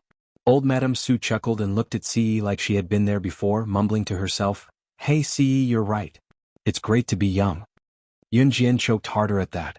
Ce pushed the stool away and stood up with his tall and muscular frame to go behind Yun Jian to pat her back. "Where do you feel uncomfortable? Eat slowly. Don't choke." Ce's gentle tone surprised Dong Ruan, who was his aunt. Her nephew had always prided himself as cold and aloof, usually not interested in women. But now, Dong Ruan could not help gulping as she thought about it. He was really interested this time. She wanted to give herself a thumbs up. It seemed like she was right to matchmake Yun Jian and her nephew. No matter how clueless Qin Yiru was about love, she should have noticed it by now. In spite of it, Qin Yiru was concerned about Yun Jian and did not notice anything else. She stood up quickly and asked Yun Jian frantically, "Xiao Jian, how are you? You didn't choke, did you? Don't rush to eat the wontons. Slow down. Eat slowly." As she spoke, Qin Yiru wanted to help Ce pat Yun Jian's back. "Yiru's fine. It's normal for her to choke. Let my Ai do it. He's good at this. Let him pat her and she'll be done in no time." Dong Ruan pulled Qin Yiru and stood aside with a chuckle, covering her mouth. Qin Yiru, on the other hand, was completely relieved, thinking that Ce had learned some sort of massage. Yun Jian recovered quickly, her cheeks flushed. Ce's hand had slid up and down her back just now. She could even feel his hand touching her skin and brushing past the strap of her bra. The part of her body that had never been touched before was tingling. Yun Jian waved her hands quickly. "I'm fine. I just choked accidentally. I'm fine now." Ce wore a charming smile. Old Madame Sue was full of praise when she saw it. She was probably talking about Yun Jian and Ce together. Qin Yiru was amused by her words. In spite of it, Qin Yiru did not think otherwise. To her, Ce was excellent, be it his family background, character, or looks. Her Xiao Jin was excellent in her heart too, but her family background was not good enough for someone like Ce. Otherwise, Qin Yiru would be more than willing to treat Ce as her son-in-law. Yun Jian was still young, but from Qin Yiru's point of view, 15 years old was the age to talk about marriage in a few years in the countryside. After they were done with the wontons, Dong Ruan dragged Qin Yiru to walk around the street they used to frequent when they were younger. Without a doubt, Dong Ruan had created an atmosphere for Ce to be alone with Yun Jian again. No matter how dumb Yun Jian was, she could tell what Dong Ruan meant. She blushed but did not reject Ce's goodwill. She could feel that she was getting along with him and she did not dislike it. However, she did not know how to feel more deeply about it. Yun Jian and Ce walked along a bustling street. Both of them were walking side by side. On the other hand, Ce, who stood beside Yun Jian, had his hands in his pockets with a smirk, looking happy. Both of them walked around aimlessly. The street was downtown, so there were many people coming and going. Suddenly, a lively figure flashed past Yun Jian's eyes. She was stunned when she saw who it was. The other party was taken aback as well. Wow! My Yun Jian, what a coincidence to run into you here. The person was none other than Chu Ning. Chu Ning was a year older than Yun Jian and was currently in her first year of high school. Chapter 233. What a coincidence, Yun Jian said to Chu Ning with a squint. She did not dislike Chu Ning. In fact, she quite liked the girl's personality. Chu Ning had a lively personality and was usually carefree. Sometimes she even gave people the impression that she was careless. However, when it came to serious matters, she would definitely reign in her unruly personality. After spending some time together, Chu Ning had changed from calling Yun Jian's name directly to calling her Yun Jian or Yun Jian intimately. However, it was undeniable that the addition of the word son did indeed make people feel that the relationship between the two of them was much more intimate. Wow! Chu Ning, is this handsome guy your friend too? While Yun Jian and Chu Ning were greeting each other, a girl who came with Chu Ning led the group of people closer to them. The girl stared at Ce in a daze, looking like she was smitten. No, he's from Yun Jian's family. Chu Ning glared at the girl, seemingly unfriendly toward her. The girl was actually Chu Ning's buddy's girlfriend, Xiao Gizi. Chu Ning was quite manly to begin with. Even though she was a girl and looked sweet and lovely on the outside, she was still rather manly. However, Chu Ning had played with a bunch of boys since she was young and addressed them as her buddies. This group of buddies didn't treat her as a girl either. They usually played together and were very happy. Chu Ning was also a carefree person. Even though she was a girl, she was the most skilled in martial arts among her group of buddies. That was why Chu Ning caught Gu Yunjian's attention and was selected to be a candidate for the Advanced Special Forces. Today, Chu Ning was out on the streets with a group of her close friends. As for the other girls present, they were the girlfriends of Chu Ning's buddies. Xiao Gizi was Chu Ning's best buddy's girlfriend. Seeing Xiao Gizi asking about the handsome Ce in front of her buddies, Chu Ning was naturally upset. She felt indignant for her buddy. How could he find such a flirtatious girlfriend? That was why she didn't treat Xiao Gizi nicely. Therefore, when Chu Ning said that Ce belonged to Yun Jian's family, it was a warning to Xiao Gizi that Ce belonged to her friend and that he was already taken. Oh. Xiao Gizi agreed and stood to the side, but her eyes were still fixed on Ce. Initially, she thought that her current boyfriend was handsome. However, she regretted it when she saw Ce. It turned out that a truly handsome man was not like her current boyfriend. Xiao Gizi's boyfriend, who was also Chu Ning's best friend, was called Meng Xiao. Meng Xiao didn't notice that his girlfriend, Xiao Gizi, was acting differently at this time. On the contrary, Meng Xiao was an enthusiastic person. He invited Yun Jian and Ce enthusiastically.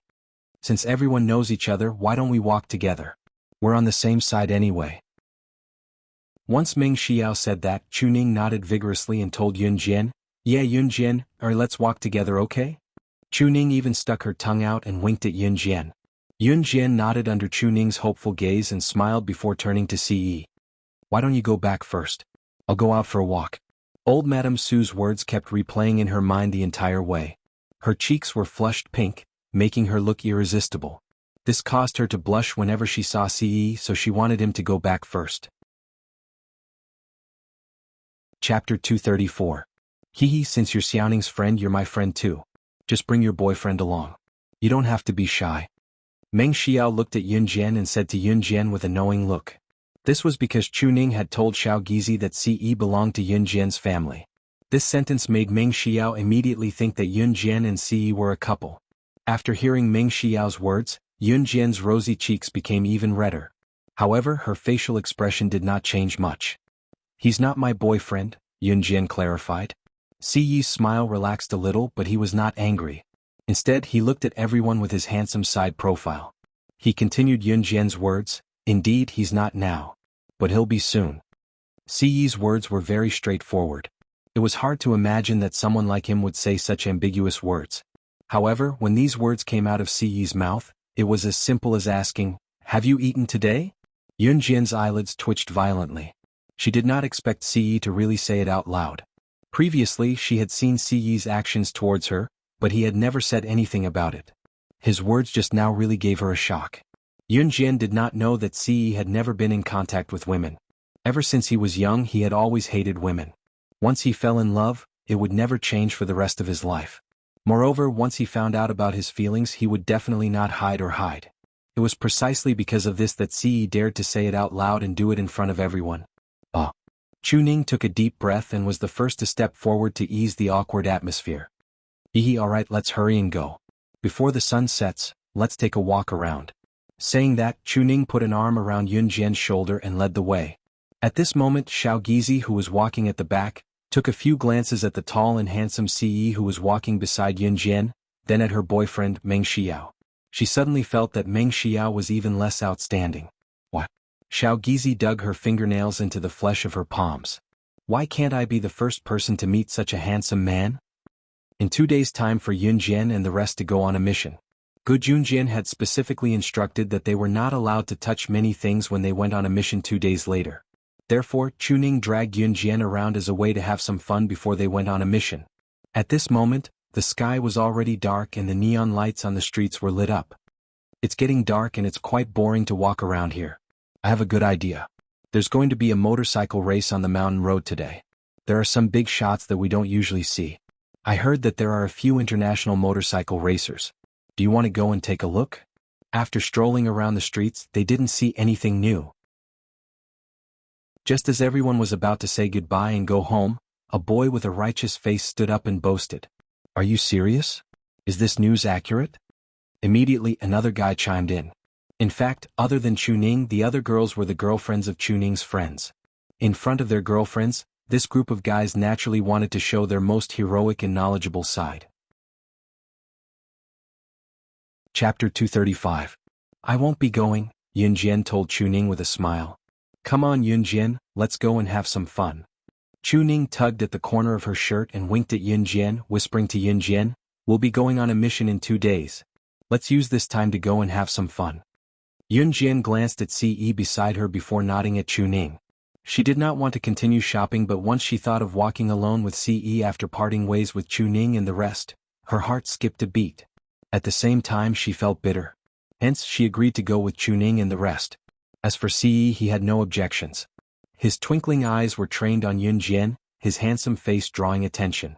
It was undeniable that there were plenty of eyes on Ce along the way. "Let's go then."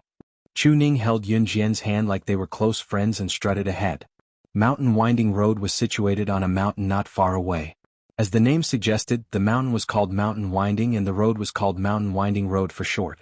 At the same time, this road was built halfway up Pan Mountain. Some of Longmen City's rich kids, noble families, and big bosses liked to play exciting games. Like racing, motorcycle racing, and so on. Usually, these exciting games were played on this road in Panshan. Hence, there was another name for the road, Life and Death Road. Yunjian and the rest walked there. The night breeze was chilly. Ce stood beside Yunjian to block the wind for her. It wasn't a long walk from the shopping area to the winding mountain road.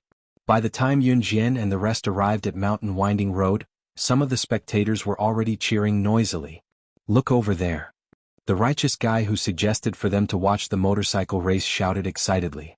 His name was Situ Dun. Hearing Situ Dun's shout, everyone's gaze shifted to the scene. They saw a man in his mid-20s waving at the crowd with a helmet in his hand. He's the international motorcycle racer Lin Wei. Lin Wei is the pride of Country Z. He's only 25 this year, but he's already the captain of an international motorcycle racing team. Not only is he good at motorcycle racing, he's a top racer too. Situ Dun pointed at the man who was the center of attention and introduced him to Yunjian and the rest excitedly. Situ Dun's words were tinged with pride as he spoke. The way he boasted made it seem as if Lin Wei was himself. It sounds amazing. A girl couldn't help but look over there with admiration when she heard it. When Situ Dun heard this, he immediately felt proud of himself. The reason he suggested for everyone to come here was to show off that he was knowledgeable. A guy like Situ Dun did not have any other specialties. His only hobby was to study these things. At this moment, Situ Dun raised his head like a little swan. Especially in front of Ce, he wanted to show that he was more outstanding.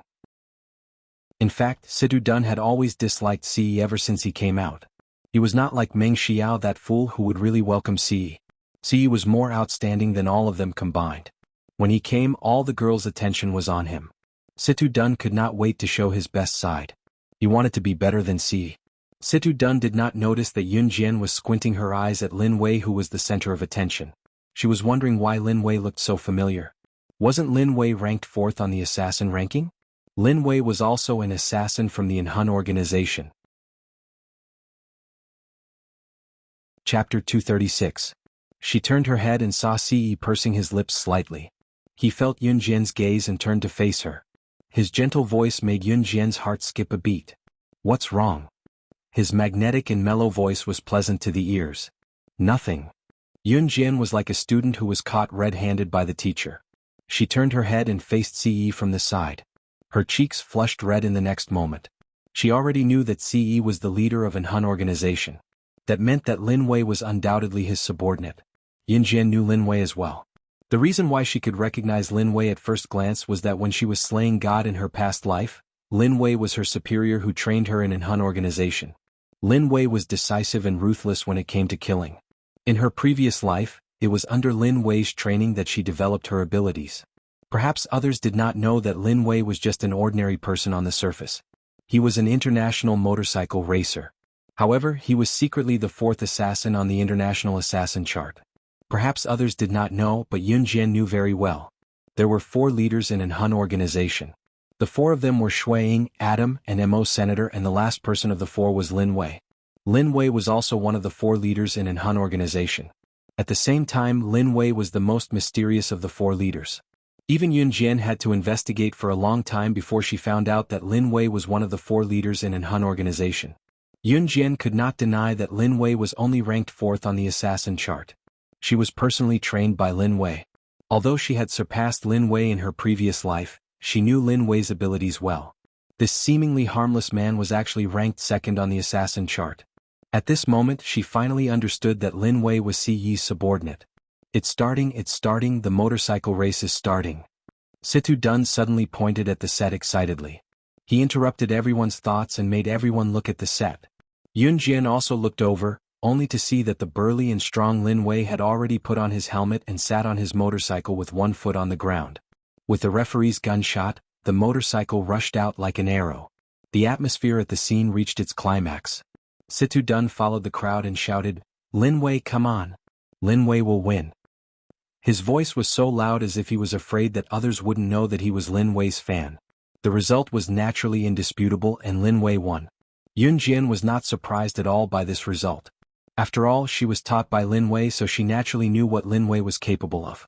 A long time after Lin Wei reached the finish line, the motorcyclists finally caught up and reached the finish line one after another.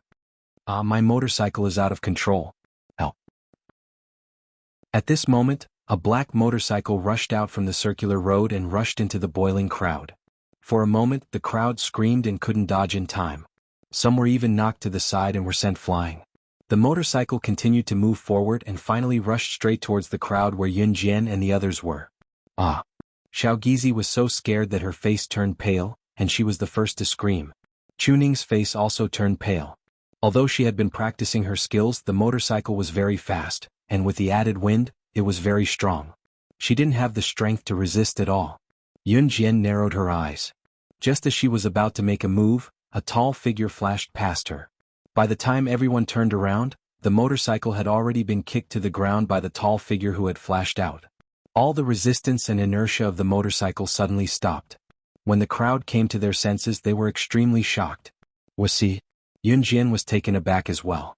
She knew that Ce was good, but she didn't expect him to be so fast. Chapter 237. Hiss. Everyone at the scene sucked in a breath of air. Everyone looked at the scene in front of them in fear and shock. Ce put his hands back into his pockets after kicking down the motorcycle that had gone out of control. He walked back to Yunjian's side as if nothing had happened. Only the motorcycle that was still spinning on the spot and the driver's cries for help announced that everything that had just happened was real. Situ Dun was the most frightened person at this moment. Situ Dun didn't like Ce. He thought that Ce was just a pretty boy. He didn't expect him to be so powerful. Situ Dun was not only shocked by this. Lin Wei turned his head when he heard the commotion. He was stunned when he saw Ce. Lin Wei strode over to Ce as fast as he could. He lowered his head respectfully and said to Ce, "Young master." An international motorcycle racer bowed his head to Ce. What did this mean? Everyone's eyelids twitched violently at this moment. Especially Situ Dun. One had to know that Situ Dun had bragged in front of everyone just now because he seemed to know something about Lin Wei. Now Lin Wei had run over to Ce respectfully. Whenever Situ Dun recalled what he had done, he felt as if he had shot himself in the foot with a brick. He wanted to cry but had no tears. Yes. Ce nodded gently at Lin Wei. He glanced at the motorcycle that had gone out of control and said to Lin Wei, "You know how to deal with this?" "Yes," Lin Wei replied. Yunjian's eyelashes fluttered. Her sharp eyes were also looking at the motorcycle. She also saw the difference. This motorcycle was obviously tampered with. Otherwise, why would it go out of control?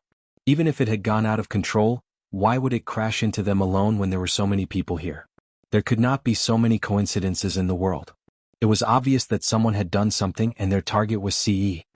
"Let's go." Yunjian was still looking at the motorcycle when Ce suddenly turned around and grabbed her hand. His deep eyes stared at Yunjian as he held her hand and walked back the way they came. "Yunjian, are you leaving?" Chu Ning saw that Yunjian was about to leave and immediately called out to her. She was a little afraid of Ce now, so she spoke hesitantly. "She's leaving." Before Yunjian could reply to Chu Ning, Ce dragged her away. "Then I'll see you 2 days later." Chu Ning swallowed a mouthful of saliva. The thought of Ce's ferocious glare made her a little scared, but she still greeted Yunjian. "Okay." Yunjian nodded as she was dragged away by Ce. On the way down the mountain, it was dark all around and there were no street lights. "Did someone try to assassinate you just now?" Yunjian asked.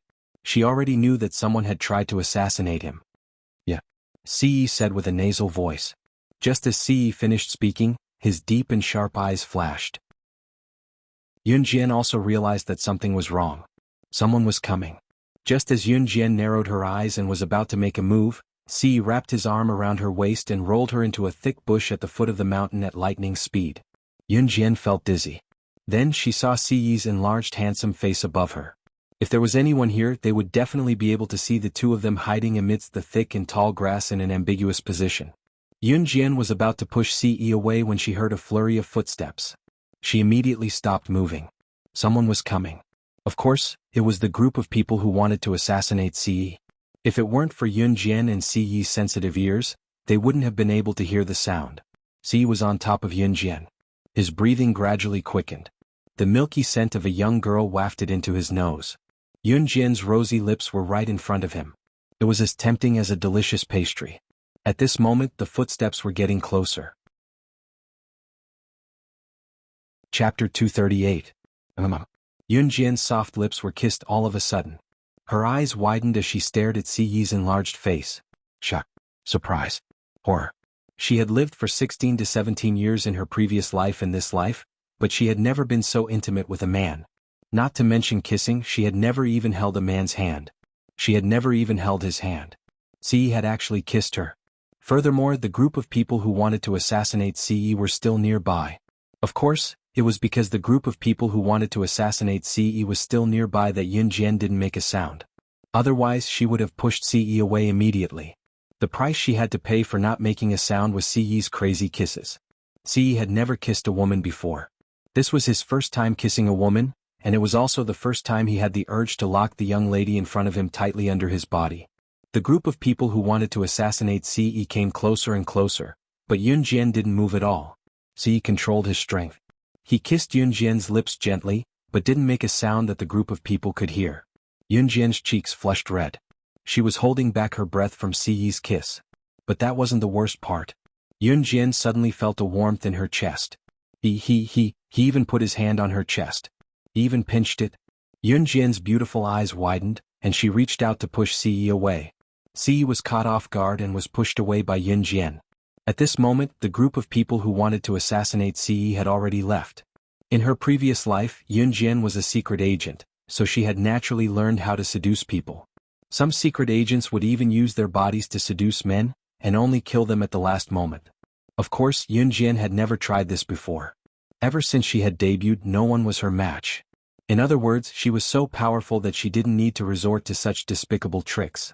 It was precisely because she had learned this that Yunjian understood that those female agents used the moment when a man was at his lowest to kill him. It was obvious that Ce had really fallen for him, which was why he was pushed away by Yunjian. Yunjian wiped her red lips, stood up and walked forward. Seeing that Yunjian was angry, Ce quickly grabbed Yunjian's wrist and explained, "I didn't do it on purpose." He really didn't do it on purpose. Cough. Touch her breast. It was just that she was too alluring and he couldn't control himself. Go away. Yunjian glared at Ce and flung her hands a few times only to realize that she could not shake off his grip. Yunjian's heart pounded even more violently. It was as if her heart would leap out of her body in the next second. She wanted to cover her heartbeat, but she could only feel it beating rapidly. I didn't do it on purpose. Ce repeated this sentence again. His beautiful eyes had a glimmer of light. He was supposed to be extremely arrogant, but he was willing to lower himself for her sake. His tone even sounded like he was begging for forgiveness. Yunjian pursed her lips. She suddenly recalled the moment when his lips were on hers. Suddenly she felt her cheeks burning up. I'm going back. Yunjian didn't want to argue with him anymore. Okay. Ce revealed a handsome smile. Then he looked at her with a gentle gaze. He held Yunjian's hand and walked down the mountain. Yunjian didn't resist. This was the first time she felt powerless. Her resistance was nothing in front of Ce. She was the #1 secret agent on the international secret agent ranking, the strongest boss of the Wuxia mercenaries. Chapter 239. By the time Yunjian and Ce returned to the villa, Dong Ruan and Qin Yiru had already gone home. Dong Ruan and Qin Yiru were currently sitting in the living room facing a television as they enjoyed snacks while watching a drama. Dong Ruan came from a wealthy family, so it was not surprising that she could afford a television in this era. Qin Yiru, on the other hand, was obviously planning to relax for the day as she and Dong Ruan watched the drama on the television together in a lively atmosphere. Qin Yiru did not notice anything when she saw Yunjian and Ce coming back from the front door. She merely asked, Xiao Jian'e, you're back. Do you want to come and watch some TV together? Dong Ruan saw Yunjian and Ce coming in one after another and Yunjian's cheeks blushing for some reason. She knew that her nephew must have done something terrible. In spite of it, Dong Ruan pretended that she did not see anything and greeted Yunjian and Ce like how Qin Yiru did. Mom, I'm tired from shopping today. I'll go to bed first, Yunjian said. Okay, Xiaojian, go upstairs and rest if you're tired, Qin Yiru said. Yunjian nodded and went upstairs. Auntie, I'll go back to my room too. Ce went upstairs with Yunjian with a dark expression. The kids aren't feeling well, are they? Qin Yiru watched Ce go upstairs worriedly and wanted to stand up to ask about it. I already said that they are still children. We adults should mind our own business. Besides, they're all grown up, they should know better. Of course, they'll tell us if they're feeling unwell. Dong Ruan stopped Qin Yiru and said with a smile. Qin Yiru was relieved to hear that and calmed down to continue watching the television. Second floor. As soon as Yunjian went upstairs, Ce followed closely behind. However, he didn't do anything to her. Instead, he looked at her petite back and said, Good night. When Yunjian heard Ce's voice, she was stunned for a moment before she strode back to her room. 2 days later, because it was school day, classes were still going on as usual. Good Yunjian had already applied for leave for Yunjian in advance. Ce was not in Longmen City these days. After all, as the leader of Anhun, he naturally had many things to do. It was just that in order to spend more time with Yunjian, Ce had put aside his work to come stay in Longmen City during the weekends when Yunjian was not staying in the dormitory. By the time they arrived at the military training camp, the other 6 had already arrived. Yunjian returned to the team. After the 7 of them reported their numbers, Good Yunjian told them in a serious tone, I've said before that the mission this time is very difficult, but I believe that you can complete it successfully. Now each of you go to the armory and pick a weapon that suits you and gather here. Remember, you can only pick one weapon. Gu Junjian stood where he was with his hands behind his back after he finished speaking. The 7 of them went to the armory at once. The armory here was actually a place to store hidden weapons. The weapons room here was equipped with all kinds of weapons. Once they entered the armory, Chu Xiangnan could not help exclaiming, "Wow, wow, wow, there are so many weapons. So cool. Hurry up and pick a weapon that suits you and gather outside." Lu Shiyun was much calmer as he picked up a pistol and walked out. "Yunjian, what weapon do you plan to pick?" Chu Ning looked at the weapons excitedly and asked Yunjian hesitantly. Yunjian turned her hand and smirked, her chosen weapon already in her palm. It was a butterfly knife. Chapter 240. She's indeed an ignorant fool. This kind of weapon can be bought anywhere. What's the use of it? Jiang Weiwei was very upset that Yunjian had taken the first place in the cross-country race. She could not help but laugh when she saw that Yunjian was only holding a butterfly knife. "What does it have to do with you what kind of weapon my Yunjian is using? Jiang Weiwei, you should mind your own business." Chu Ning was the first to speak up for Yunjian when she heard that. Jiang Weiwei's eyes turned fierce. She had looked down on them from the beginning, especially the newcomer Yunjian. However, this newcomer whom she looked down on actually surpassed her in the cross-country race last time. But so what? She was good at running, but that did not mean that she was good at everything else. Moreover, Jiang Weiwei was born into a military family. She had been training since she was young. Perhaps she had lost to Yunjian in running. However, that was not necessarily the case in other aspects. It was undeniable that Jiang Weiwei was a competitive person. Chu Ning and Jiang Weiwei looked at each other and did not say anything else. Both of them ignored each other. Yunjian did not hold it against Jiang Weiwei either. Soon the group of people chose their weapons and left the armory. Of course, other than Yunjian, the rest of them chose firearms and other weapons. Most of them chose handguns. Gu Junjian stood outside and watched as the few of them returned to the team after choosing their weapons. He glanced at the weapons in their hands and paused when he saw the butterfly knife in Yunjian's hand. Other than Yunjian, the rest of them chose handguns or other weapons with high damage. Yunjian was the only one who could wield a weapon like the butterfly knife that required one's ability to wield it. Reporting, "We have chosen our weapons." As the team leader, Lu Shiyun did a head count and reported to Gu Junjian. "Okay." Gu Junjian nodded. Then he began to announce the mission Yunjian and the rest were about to carry out. "Your mission location is in Country X's H province. There are 2 underworld forces in Country X, and they will soon conduct an arms trade, and your goal this time is to seize the arms. Remember, even if you can't take the firearms away, you have to make sure they don't complete the deal. As for the time and place where these 2 forces traded arms, we only have a rough idea. You'll have to go to Country X and investigate it in detail. Later, I will send a car to send you to Country X's H province. Remember, during the mission you can only use code names." At this point, Gu Yunjian's tone was absolutely solemn. Also, Country X is an economically backward country. In Country X, the security is not as good as in Country Z. Especially for the underground forces, murder and arson are common. So be careful. Under the tense and solemn atmosphere of Gu Junjian, everyone felt their hearts tighten. "Yes." The group of people responded. "Then get ready to set off immediately," Gu Junjian said. Country X was actually quite far from Country Z, but it was not separated by the sea. Therefore, as long as they passed the border, they could reach there by car. Gu Junjian sent someone to send them to Country X. The car drove for about a day and a night before they arrived. The person who sent Yunjian and the rest overtook Yunjian and the rest to H province and left. Lu Shiyun and the rest took some Country X currency that Gu Junjian gave them, and they quickly checked into a hotel. Country X's economic development was very backward, and this could be seen from the structure of the houses. Chapter 241. It was nighttime and the sky was completely dark. Yunjian's group of 7 sat around a round low table that was so old that it looked like it would fall with a push. Captain Lu Shiyun was holding a few sets of information. He distributed them to everyone and scanned them. "This set of information is the scope of our target this time," Lu Shiyun said. The rest of them immediately took the information and scanned through it. Yunjian only took a few glances at the piece of paper. These 2 underworld forces were the overlords of Country X. This time, the arms trade between the 2 forces could be considered an especially important matter in Country X. These 2 underworld forces were called the Flying Sky Gang and the Iron Lock Gang.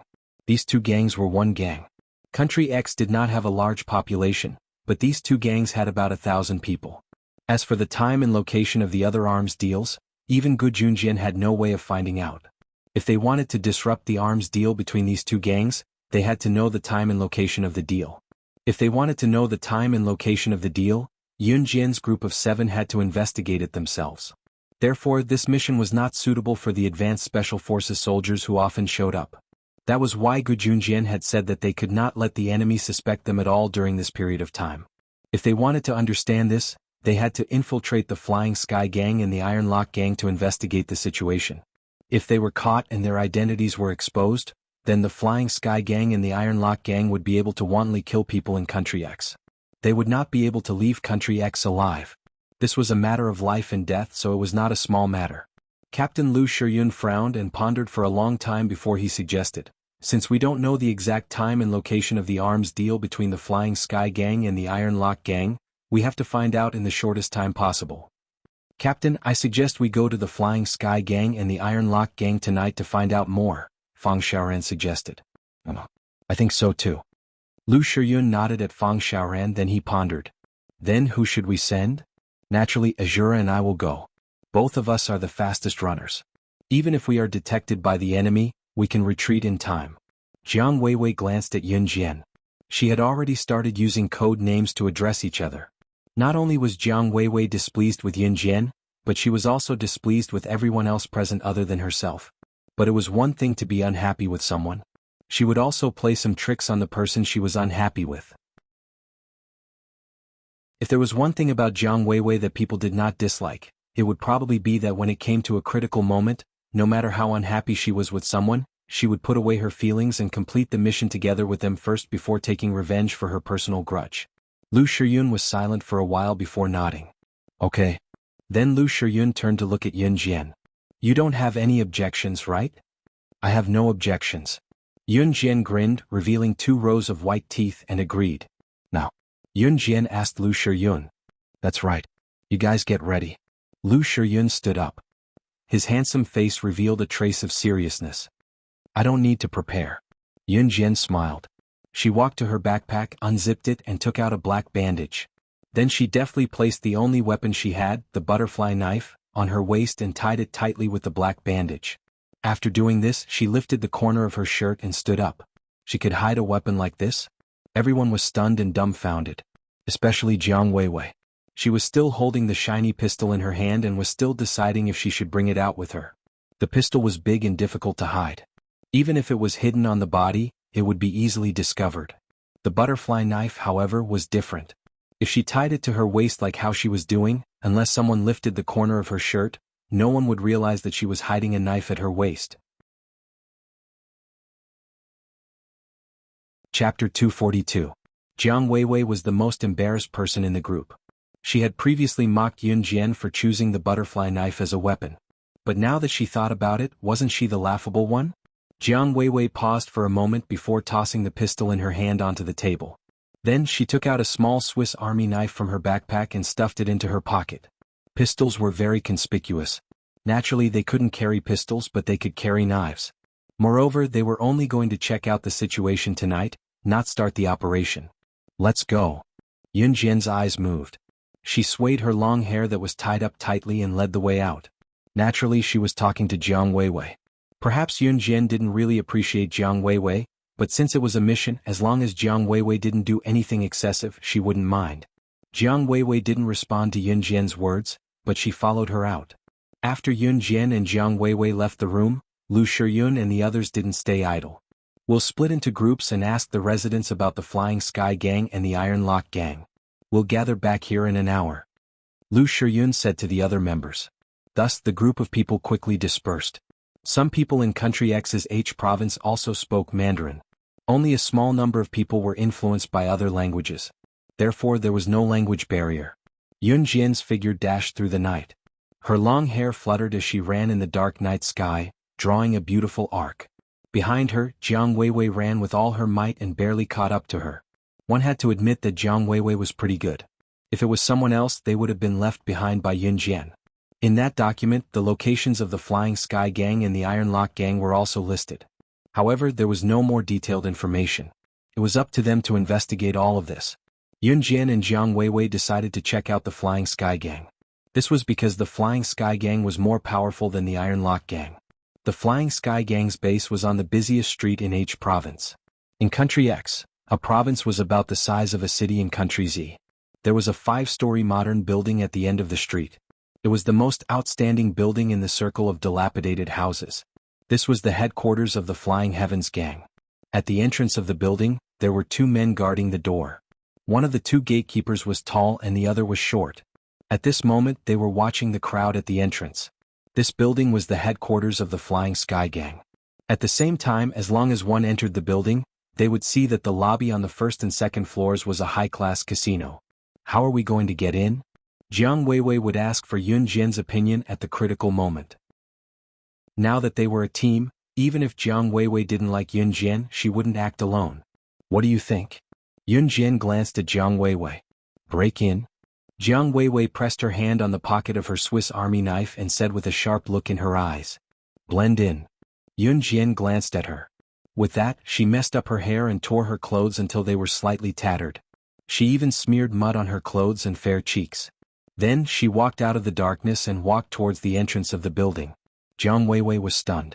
She didn't know what was going on, but she still followed after Yun Jian and dirtied her clothes and face. Who are you?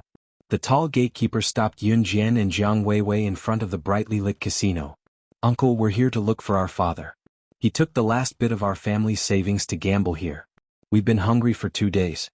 We're really hungry. Mom is sick too. We don't have anything to eat, so we can only look for our father. Uncle, can you let us in to look for our father? Chapter 243. It had to be said that Yun Jian's acting skills were superb. As a secret agent in her previous life, she had been specially trained. Not only did secret agents need the ability to kill in one move, but more importantly, they needed to know how to blend into the crowd and end the other party's life in one move when their guard was down and they were suspicious. Obviously this was Yun Jian's forte. And now she was planning to blend in here. Perhaps it was because Yun Jian's accent was exactly the same as the locals in Country X's H province, coupled with her pitiful appearance and her tattered clothes. Also, Yun Jian and Jiang Weiwei were thin and weak to begin with. They really looked like they had been starving for a long time and came from poor families. Therefore the tall man's heart softened. He and the short man discussed for a while and let Yun Jian and Jiang Weiwei enter. Jiang Weiwei only realized after entering the door that Yun Jian's acting skills were superb. Moreover, they would not be suspected if they entered the door like this. Yun Jian only curled her lips slightly. She and Jiang Weiwei entered the door, turned the corner, and left the sight of the 2 men at the door. Then they walked straight to a nearby washroom. Fortunately, there was no one in the corridor. Yun Jian quickly entered the washroom with Jiang Weiwei. Yun Jian washed the mud off her face quickly and tied her hair tie again. Jiang Weiwei followed suit. Yun Jian tidied up her clothes and tried to wipe the mud off her clothes with water. Then she rearranged her clothes. At this moment, Yun Jian seemed to have changed into a different person. It was as if the pitiful little girl just now was just an illusion. The torn hem of the dress looked fashionable on Yun Jian in an instant. Even if there were some holes, they still had a natural beauty. Jiang Weiwei was dumbfounded. She could do this? However, she saw that Yun Jian had already walked to the casino on the 2nd floor. Jiang Weiwei quickly patted the mud off her body and followed her. On the 2nd floor of the casino, groups of gamblers were crowding around the gambling tables, shouting and yelling. The atmosphere was extremely majestic. No one noticed the arrival of Yun Jian and Jiang Weiwei at all. Of course, it was not like no one noticed Yun Jian and Jiang Weiwei. Yun Jian's looks were simply too outstanding. Even without any makeup, her skin still looked shiny and as delicate as a newborn baby's. Hey beautiful, are you alone? A handsome man with short hair walked over and struck up a conversation with Yun Jian. No, I'm with my friend. Yun Jian smiled generously and pointed at Jiang Weiwei. She was still thinking about how to blend in without leaving a trace, but she didn't expect someone to strike up a conversation with her. This was just as well. The man looked at Yun Jian awkwardly. He was a little sorry that he didn't see Jiang Weiwei just now. Then he reached out his hand and introduced himself to Yun Jian. My name is Miran. You can call me Shaoli. She's Xiao Shui. Yun Jian didn't reach out to shake his hand. Instead, she made up a name. When she lied, she introduced herself to Miran without blushing or skipping a beat. Oh, nice to meet you. Miran didn't embarrassedly return his hand. He bent 45 degrees to the side and bowed to Yun Jian and Jiang Weiwei like a gentleman to show his friendliness. So, what game do you 2 beauties want to play at the casino? After Miran finished speaking, he sized up Yun Jian again, his eyes filled with indescribable nakedness. As expected, he wasn't a good person. However, Yun Jian pretended not to notice anything. She blinked and asked innocently, "What game?" Miran was one of the people in charge of the casino. When he heard Yun Jian's words, he became even more excited. His gaze seemed to be able to see through Yun Jian. However, in his heart he thought, it's been a long time since he played with such a pure student. Chapter 244. Can I make any conditions if I win? Yun Jian blinked. Her innocent smile made Miran's heart itch. Jiang Weiwei stood by the side without saying a word. At this moment, she also knew that if she were to face such a scene, she would probably be exposed as soon as she spoke. And Yun Jian was actually able to disguise herself to this extent. Even Jiang Weiwei, who didn't have a good impression of Yun Jian at the beginning, had to admit that even if she were to believe that Yun Jian was an agent of a country trained by a special agent unit, she would believe it. Therefore, Jiang Weiwei didn't say anything. Their mission was to seize that batch of firearms. Right now they were still on a mission and Jiang Weiwei was with Yun Jian. Therefore, no matter how much she hated Yun Jian, she wouldn't trip her up. At this juncture, if Yun Jian was really exposed, Jiang Weiwei intended to help her. Of course, I'm a man. I never lie. Miran patted his chest and promised. He softened his voice and continued to seduce Yun Jian. Especially a cute girl like you. How could I bear to lie to you? These rather ambiguous words made Yun Jian roll her eyes in her heart. Even Jiang Weiwei felt that Miran was disgusting. However, neither of them showed their emotions on their faces. But I don't know how to play this. What should I do? Yun Jian glanced at the gambling crowd and said. Miran was confused by Yun Jian. He really thought that Yun Jian had never gambled before. This was what he meant. Miran chuckled and tried even harder to trick Yun Jian. It's okay, I'll teach you. Besides, if you lose, I won't ask for anything too excessive. Of course, it wasn't an excessive request. Miran had already made a plan in his heart. He wanted Yun Jian to lose, then he would lure her step by step and trick her into bed. This was his real goal. He didn't believe that he wouldn't be able to charm such an innocent student. Of course, if Myra knew that Yun Jian was not only the #1 secret agent, slaying God in her previous life, but she had never met a match in the gambling circle. She was the lady gambler who was respectfully called the god of gamblers in this circle. Yet she pretended to be a student who did not know how to gamble in front of him. Myron would probably be so angry that he would vomit blood. Yun Jian was indeed known as the goddess of gamblers in her previous life. Back then, Yun Jian had gambled wildly for an entire night at the internationally renowned Feng Yun Casino. She had won a whole month's worth of profits from the Feng Yun Casino, a total of $1 billion USD. In the end, Feng Yun Casino had no choice but to beg her, the great Buddha, to leave. Okay. Yun Jian pretended to be in a difficult position and nodded. Seeing that Yun Jian had agreed, Miran became even more excited. At the same time, from Yun Jian's expression, he was even more convinced that Yun Jian was gambling for the first time. In that case, was there any suspense to the outcome of this gamble? Of course he would win. Come. Let's play over there. Miran led Yun Jian to a gambling table. He kicked away the gamblers who were still around the table and politely invited Yun Jian to take a seat. Since it's your first time playing, little sister Shaoli, let's play a round of dice. As Miran spoke, he picked up 3 dice and placed them in front of Yun Jian. At the same time, he covered the 3 dice with a bowl. The casino was messy and there were all kinds of people, but the people who opened the casino would definitely ensure their profits. Therefore, many casinos would cheat to win. Miran probably wanted to use this move to defeat her, but she didn't expect to be seen through by Yun Jian. Little sister Shaoli started shaking.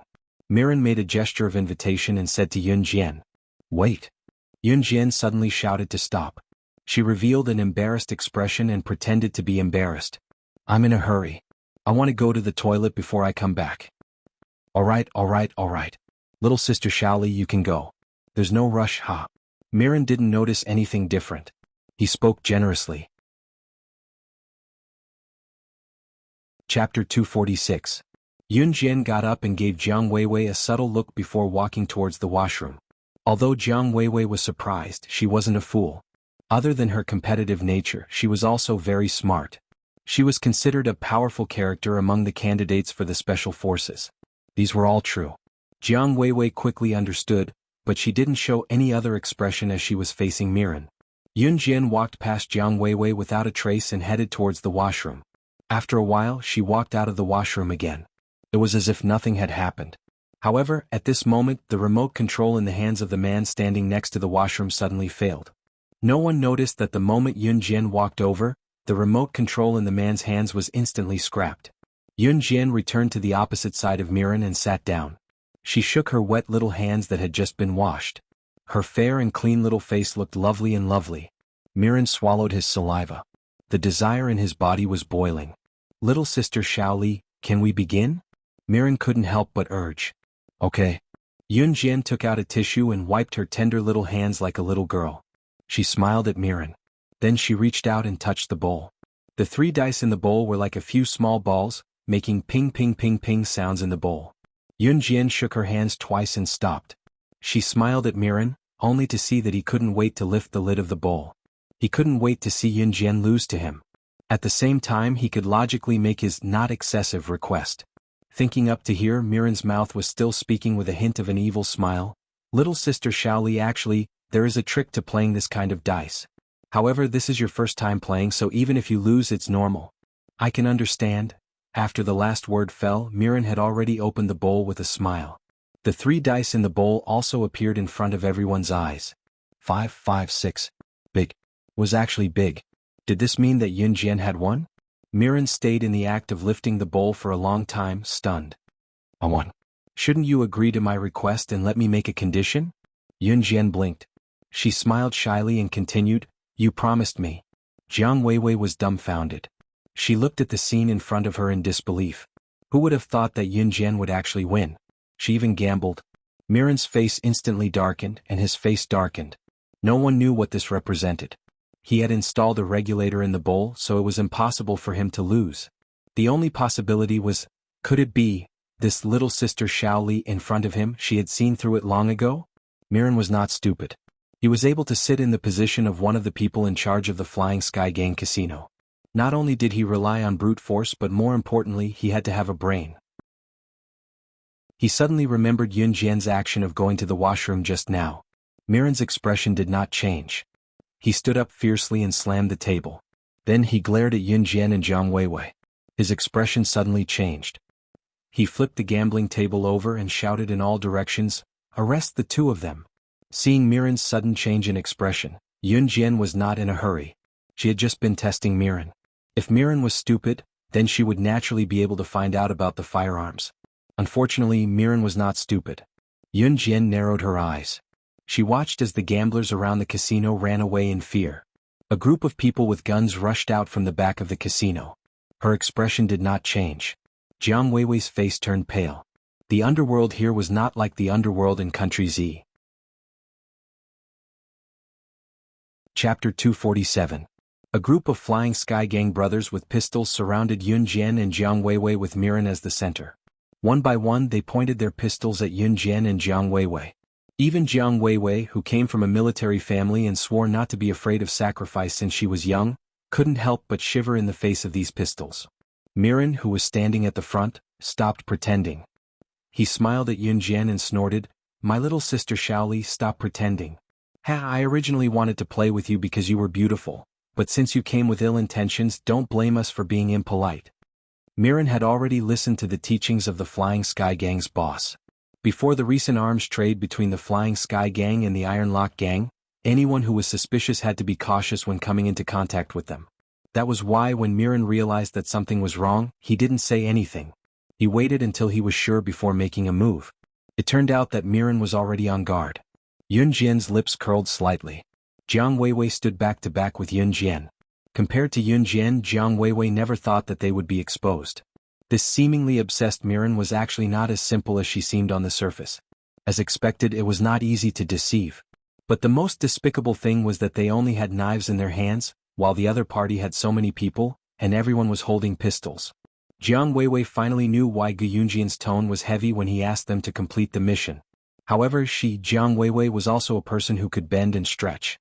She never regretted the choice she had made. At critical moments, she would still throw all personal grudges to the back of her mind. Jiang Weiwei leaned against Yun Jian's back and asked Yun Jian in a low voice, "What should we do?" "Listen to my instructions." Yun Jian also replied to her in a low voice. The interaction between Yun Jian and Jiang Weiwei was not seen by Miran and the others. Miran, on the other hand, laughed heartily. One of Miran's subordinates suggested, "Lord Miran, these two women are probably undercover police agents, right? Humph, you don't even look at yourself. How dare you behave atrociously in our Flying Sky gang? Why don't we teach them a lesson? We'll F***ck them right here so that we can have some fun too. What do you think?" Ah. This was a casino surrounded by gamblers who did not dare to escape. The dirty words of Miran's subordinate made a group of Miran's other brothers feel restless. Making love with these two women in public, it was probably going to be a different experience. You dare? Aren't you afraid that our people will avenge us? Although Jiang Weiwei was a woman who knew when to bow and submit, she would rather commit suicide than be humiliated to death. Thus, she clenched her teeth and said hatefully. Before Miran could speak, his subordinates began to mock Yun Jian and Jiang Weiwei on his behalf. Why wouldn't I dare? TSK, do you really think our Flying Sky gang is an ordinary gang? Do you think I'm afraid of your people? Miran's subordinate continued to brag, and then he exaggeratedly used an example to show off the power of his Flying Sky gang. Do you know Slaying God, the top secret agent on the international secret agent ranking? Look at how young you two are, I'm sure you don't know. Let me tell you.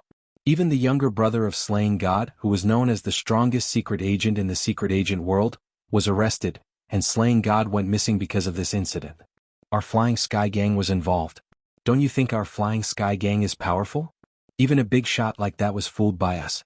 The more this person boasted, the more enthusiastic he became. He looked as if he was afraid that others would not know that he was from the Flying Sky gang. However, this person did not know the actual facts. He only heard that Slaying God went missing because of this incident, and the Flying Sky gang was also involved in the incident, so he could not help but exaggerate a little. What no one expected, however, was that Yun Jian's face darkened when she heard the man's words. Chapter 248. Jiang Weiwei stood close to Yun Jian's back. She could feel Yun Jian's body trembling when she heard Miran's subordinates boast. Outsiders did not know that the one thing that Yun Jian regretted the most in her previous life was not looking after her younger brother well. She swore that she would investigate her younger brother's death. It was not that she did not investigate after her rebirth. However, it was as if the incident had been purposely erased.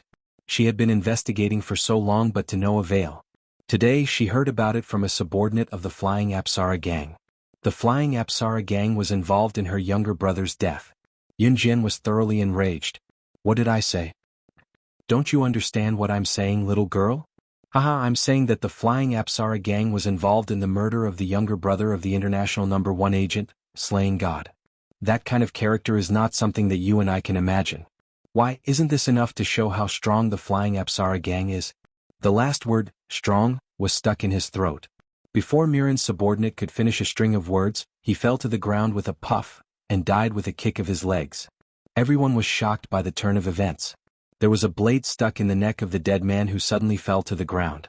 The blade was 3 inches into the neck and the force was enough to kill someone on the spot. For someone to be able to exert such strength, other than an assassin, it would be a special agent. The group looked in the direction where the flying dagger came from and saw Yun Jian playing with the flying dagger that came out of nowhere. Murder. Her blade can kill people. At that moment, a gambler lost control and exclaimed. There was a hint of horror in his words and his fear of Yun Jian. Miran and the rest were scared out of their wits by Yun Jian's action. No one saw how Yun Jian attacked earlier, but she had already killed someone. Kill her. Shoot them. Miran pointed at Yun Jian and Jiang Weiwei and yelled at his subordinates. At this moment, how could Miran still want to play with Yun Jian and Jiang Weiwei?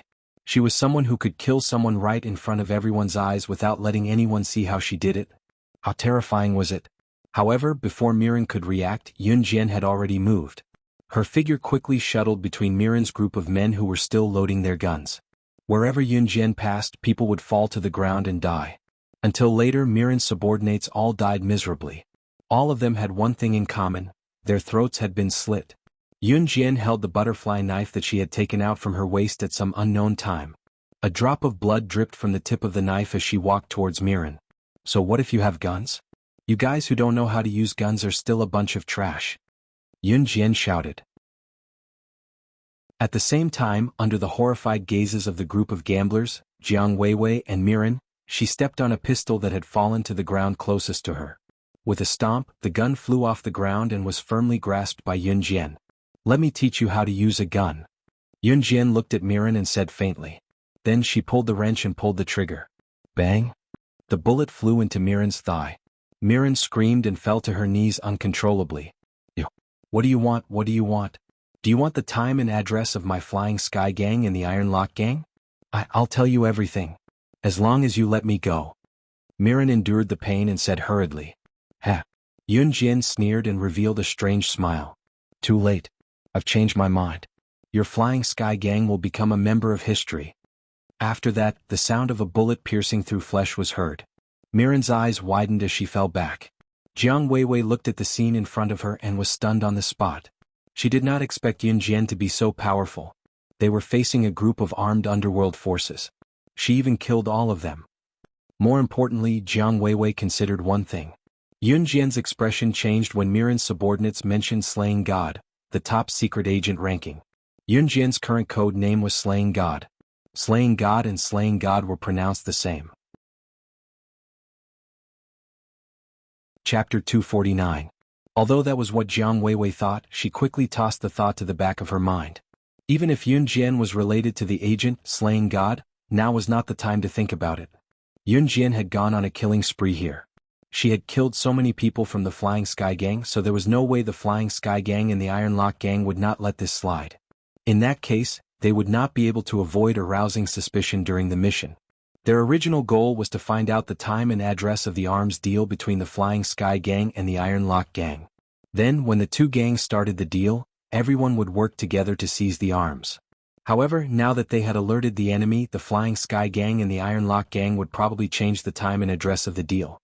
They might even send people to be more vigilant against them.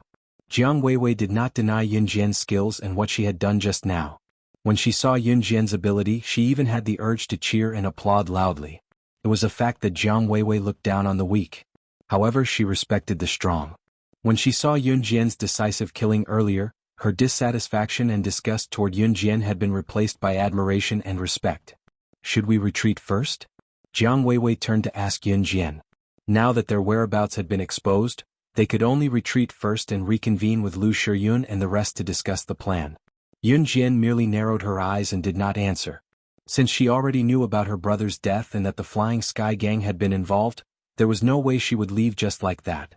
She wanted the Flying Sky Gang to pay the price in blood. Of course, at the same time, she had something important to ask the Flying Sky Gang. She had been looking for the organization behind the Wolverine Gang that had abducted her brother. However, there had been no results. She could not rest until she avenged her brother's death. Not only was she going to destroy the Flying Sky Gang today, but she was also going to find out the identity of the organization behind them. Go and meet up with them first. Yun Jian put away the butterfly knife and turned to walk toward the stairs. Jiang Weiwei was stunned for a moment. Then, her body involuntarily followed Yun Jian's instructions and reported the situation to Lu Shiyun and the others. It was only after Yun Jian and Jiang Weiwei left that the gamblers dashed outside in a panic like they were fleeing.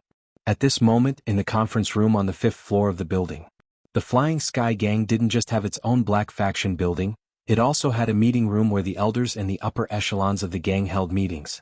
At this moment, a bald man, who was sitting at the highest position in the conference room, was solemnly looking at the group of senior members of the Flying Sky Gang.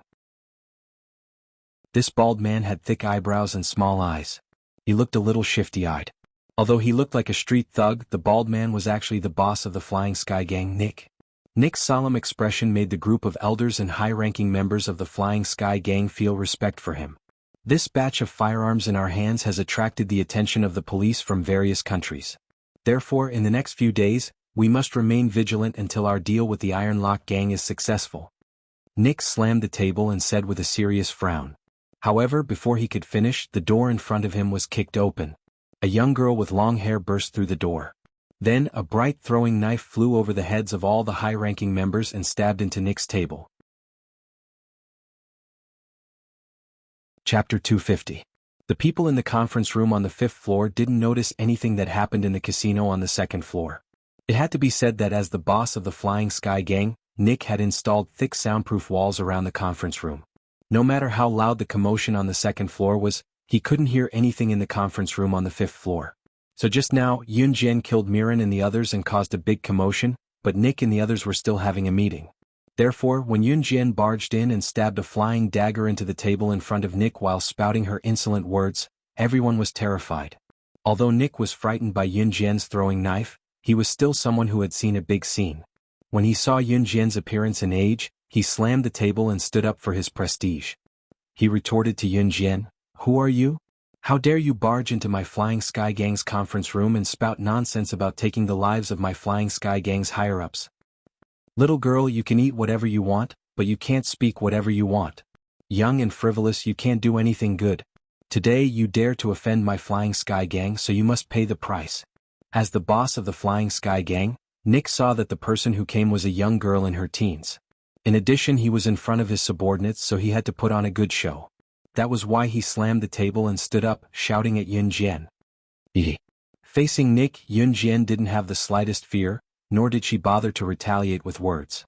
She looked at Nick, and the scene of her brother's head being thrown at her by Lang Sha in her previous life flashed before her eyes. Her brother was still so young, but he had become a stepping stone for these people. He didn't even have a complete corpse when he died. In all of this, the Flying Sky Gang led by Nick was also involved. Her cruel eyes flashed, and then she swung her hand, shooting blades in all directions. Several of the higher-ups closest to Yun Jian were instantly obliterated. This little girl really killed people. It wasn't a joke. The rest of the people, including Nick, were stunned. It was especially so for Nick, who had only just recalled that Yun Jian had flung the blade on the table in front of him in the beginning. Nick was so scared that he rolled off the podium. No. Let's talk this out. Nick was scared silly when he saw that Yun Jian had taken the lives of several higher-ups. Even if he was a fool, he could tell that Yun Jian was skilled, so he quickly begged for mercy. "Little girl, I didn't recognize Mao Tai just now and offended you. Please don't hold it against me." Nick's attitude changed too quickly. At the same time, he revealed a strange yet friendly smile and looked at Yun Jian. "Little sister, our Flying Sky Gang has no enmity with you. Why are you making things difficult for us? Right? How about this, you can leave. We promise not to pursue this matter, okay?" Yun Jian narrowed her eyes at Nick's words. "No enmity?" Yun Jian repeated Nick's words through gritted teeth. "Do you know Slaying God, the #1 in the international secret agent ranking?" Yun Jian raised her brow and looked at Nick and the rest with a chuckle. Nick's eyelids twitched, but he managed to react in time. He gulped and asked, Why? Answer me." Yun Jian swung her arm and another flying knife pierced the neck of a higher-up. Another life was lost. The group of higher-ups had retreated to a corner. Everyone was trembling, afraid that they would be the next to die. This little girl was too scary. She took a life with just one move. I know, of course." Nick gulped, hastily replying, afraid that Yun Jian would kill the higher-ups in his gang again. He had a bad feeling about this. Yun Jian chuckled and looked at the group of people as if she was looking at dead people. She said without holding back, "Since you know Slaying God, the #1 on the secret agent ranking, I'm sure you're familiar with the incident where Slaying God's brother was used as a hostage to threaten her, right?" I forgot that Flying Sky Gang was involved in this as well." "Then I think we're considered to have a blood feud now." As Yun Jian spoke, she clasped her hands together and a cracking sound was heard from her knuckles. She was trying to hide her words. However, everyone present could tell what she was trying to say. Could this little girl in front of them be the famous #1 on the secret agent ranking, the most powerful secret agent king, Slaying God? After Nick heard Yun Jian's words, he fell to the ground in shock. Slaying God, the #1 on the international secret agent ranking, the most powerful kosher mercenaries boss. Chapter 251. What? Soar Club's higher-ups immediately understood what Yun Jian meant. They stared at the long-haired girl standing in the middle with their mouths agape. Slaying God, the #1 secret agent in the international ranking, was her. In spite of it, Yun Jian's skill with the flying dagger that slit their throats with a single stroke just now made everyone present believe it was unrealistic. If Yun Jian was not the internationally renowned king of secret agents, Slaying God, how could she possess such dexterity? In an instant, everyone's faces changed beyond recognition. Everyone's hearts were subverted by an emotion called fear. However, no one was more fearful than Nick. Nick was the one who led Soar Club's higher-ups to kidnap Slaying God's brother and use him to threaten her. However, Nick was the mastermind. Slaying God was here now. She was here for revenge. Who was her match when she was so ruthless? Looking at the group of people who went from shock to bewilderment to fear, Yun Jian merely curled her lips into a half-chuckle. However, Nick no longer had the guts to look at Yun Jian when he heard her smile. Who did not know Slaying God's ability? Slaying God was the only secret agent who had left in Hun Group. At the same time, she was a demon-like existence. After Slaying God left in Hun Group, she went on missions like a maniac. Within 2 years, news spread that she had killed the previous boss of Kosha mercenaries, who was on par with Hun Group. She was invincible as she took control of the Kosha mercenaries. Nick looked at Yun Jian in fear. His legs gave out when he heard Yun Jian's soft exclamation. He quickly got up and crawled toward Yun Jian on his knees. No, I'm wrong. I'm wrong. I didn't want to be involved in that incident. We were forced to do it. Please let us go. Nick knelt in front of Yun Jian with trembling legs. The man who was so bold and prideful earlier was now as cowardly as a piece of trash. This was the way of the world. In this world, the strong were respected. If you are weak, you must bow down to the strong. Nick was no exception. One must know that Slaying God, the #1 on the international secret agent ranking, was a king who had climbed out of a pile of dead bodies. The way the Hun organization trained their assassins and agents was brutal. Hundreds and thousands of children were captured and trained by the organization. In the end, only 3 survived. Slaying God was the most powerful of the 3 survivors. From this, it could be seen that the reason why Nick knelt before Yun Jian on the spot after knowing what had happened was not because he was weak. He knew very well that if Slaying God wanted to kill him, it would be no different from killing an ant. Oh, you didn't volunteer to participate? Yun Jian raised her eyebrows and continued, It's fine if I don't kill you. As long as you tell me which organization forced you to join, I can let you go. Hearing Yun Jian's words, Nick immediately recalled. He was really afraid that Yun Jian would go back on her words and kill them, so he immediately said, It's the people from the Inferno Ring. The Inferno Ring was the 3rd largest assassin organization after the Hun organization and the Kosha mercenaries. The Inferno Ring. Yun Jian raised her eyebrows and hummed softly. A murderous intent flashed in her eyes as she lowered her head to look at Nick, who was kneeling before her. Then you can go to hell. You said you wouldn't kill me? Nick's eyes widened as he stepped back in fear. He did not expect Yun Jian to go back on her words.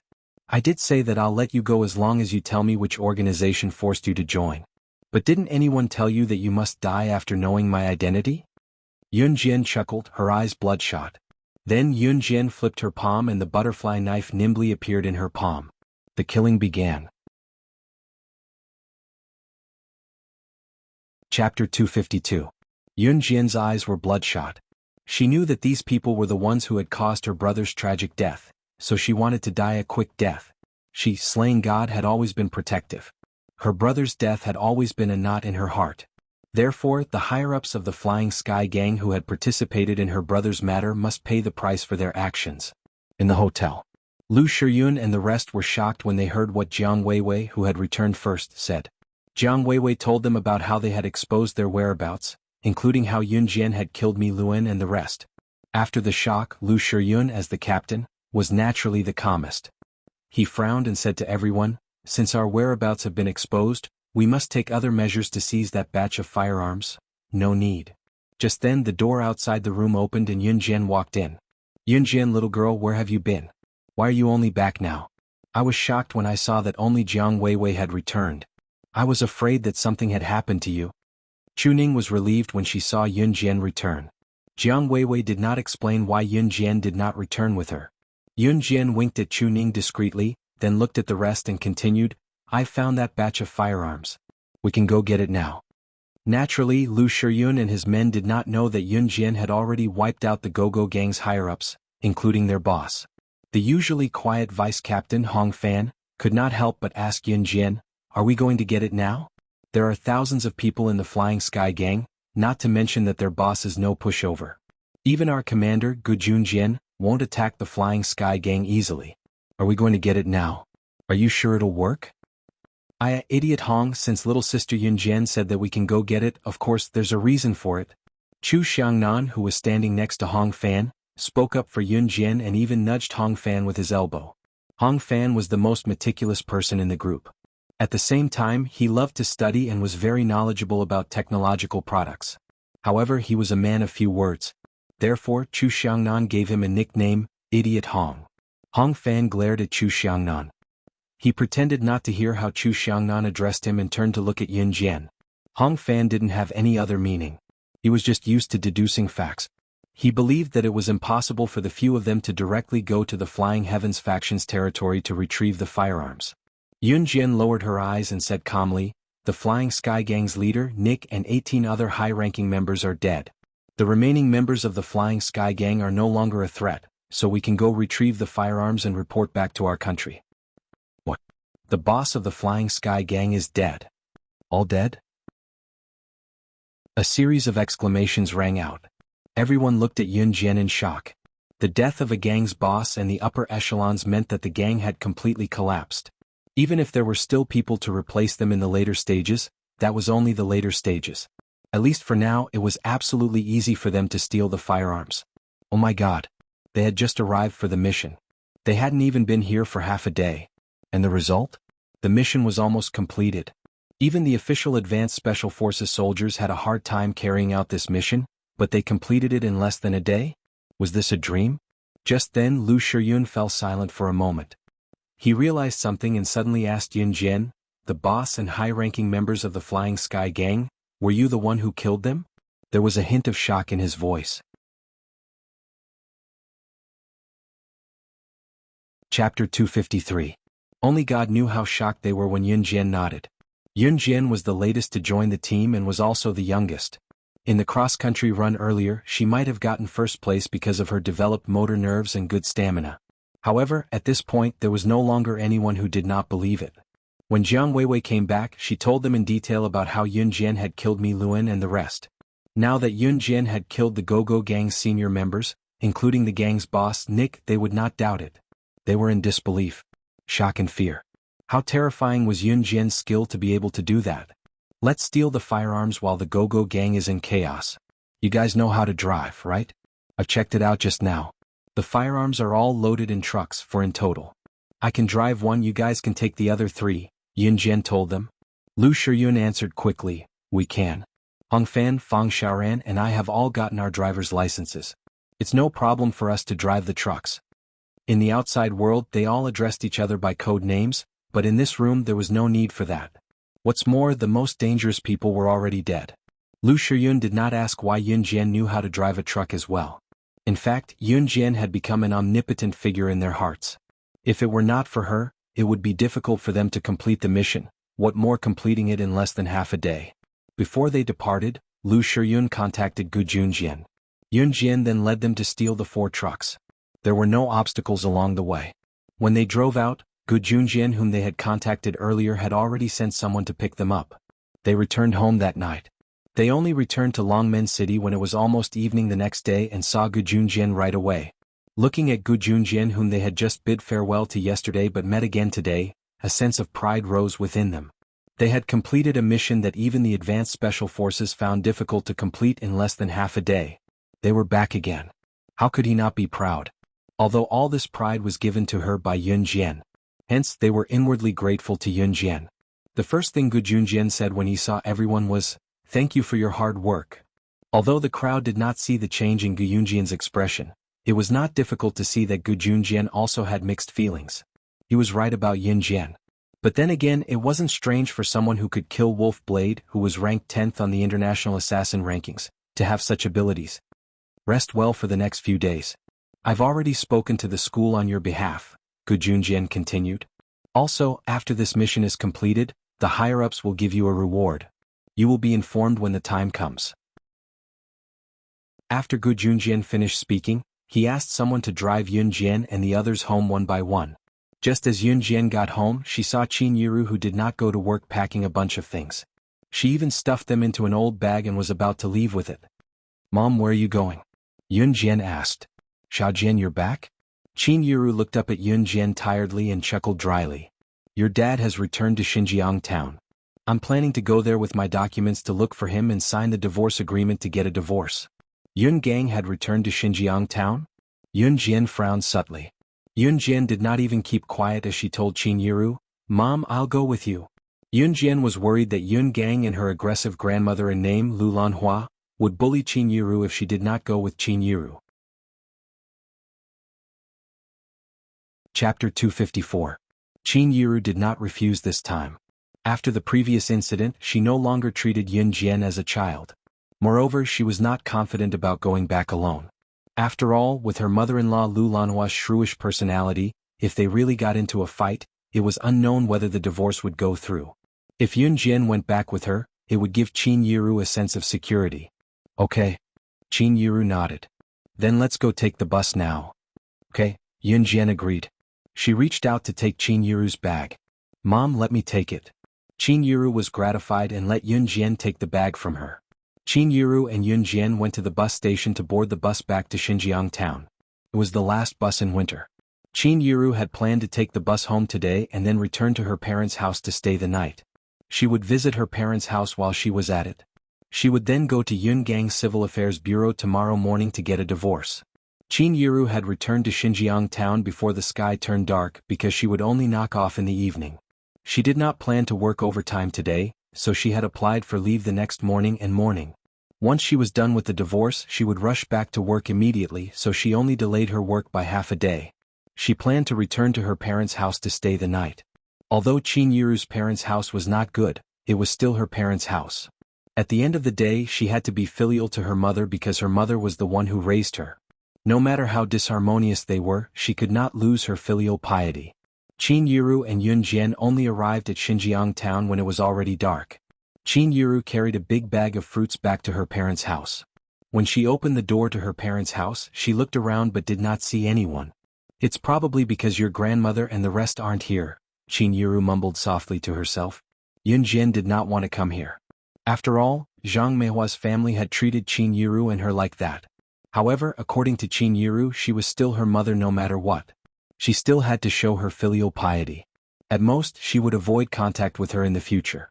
Not long after she said that, a few people walked in. Zhang Meihua and the others came back from the market with a bunch of vegetables, fruits, fish, and meat. It was as if they were going to hold a big banquet. At that moment, they all had smiles on their faces. The cheerful smiles froze abruptly when they saw Yun Jian and Qin Yiru. Fear flashed across their faces.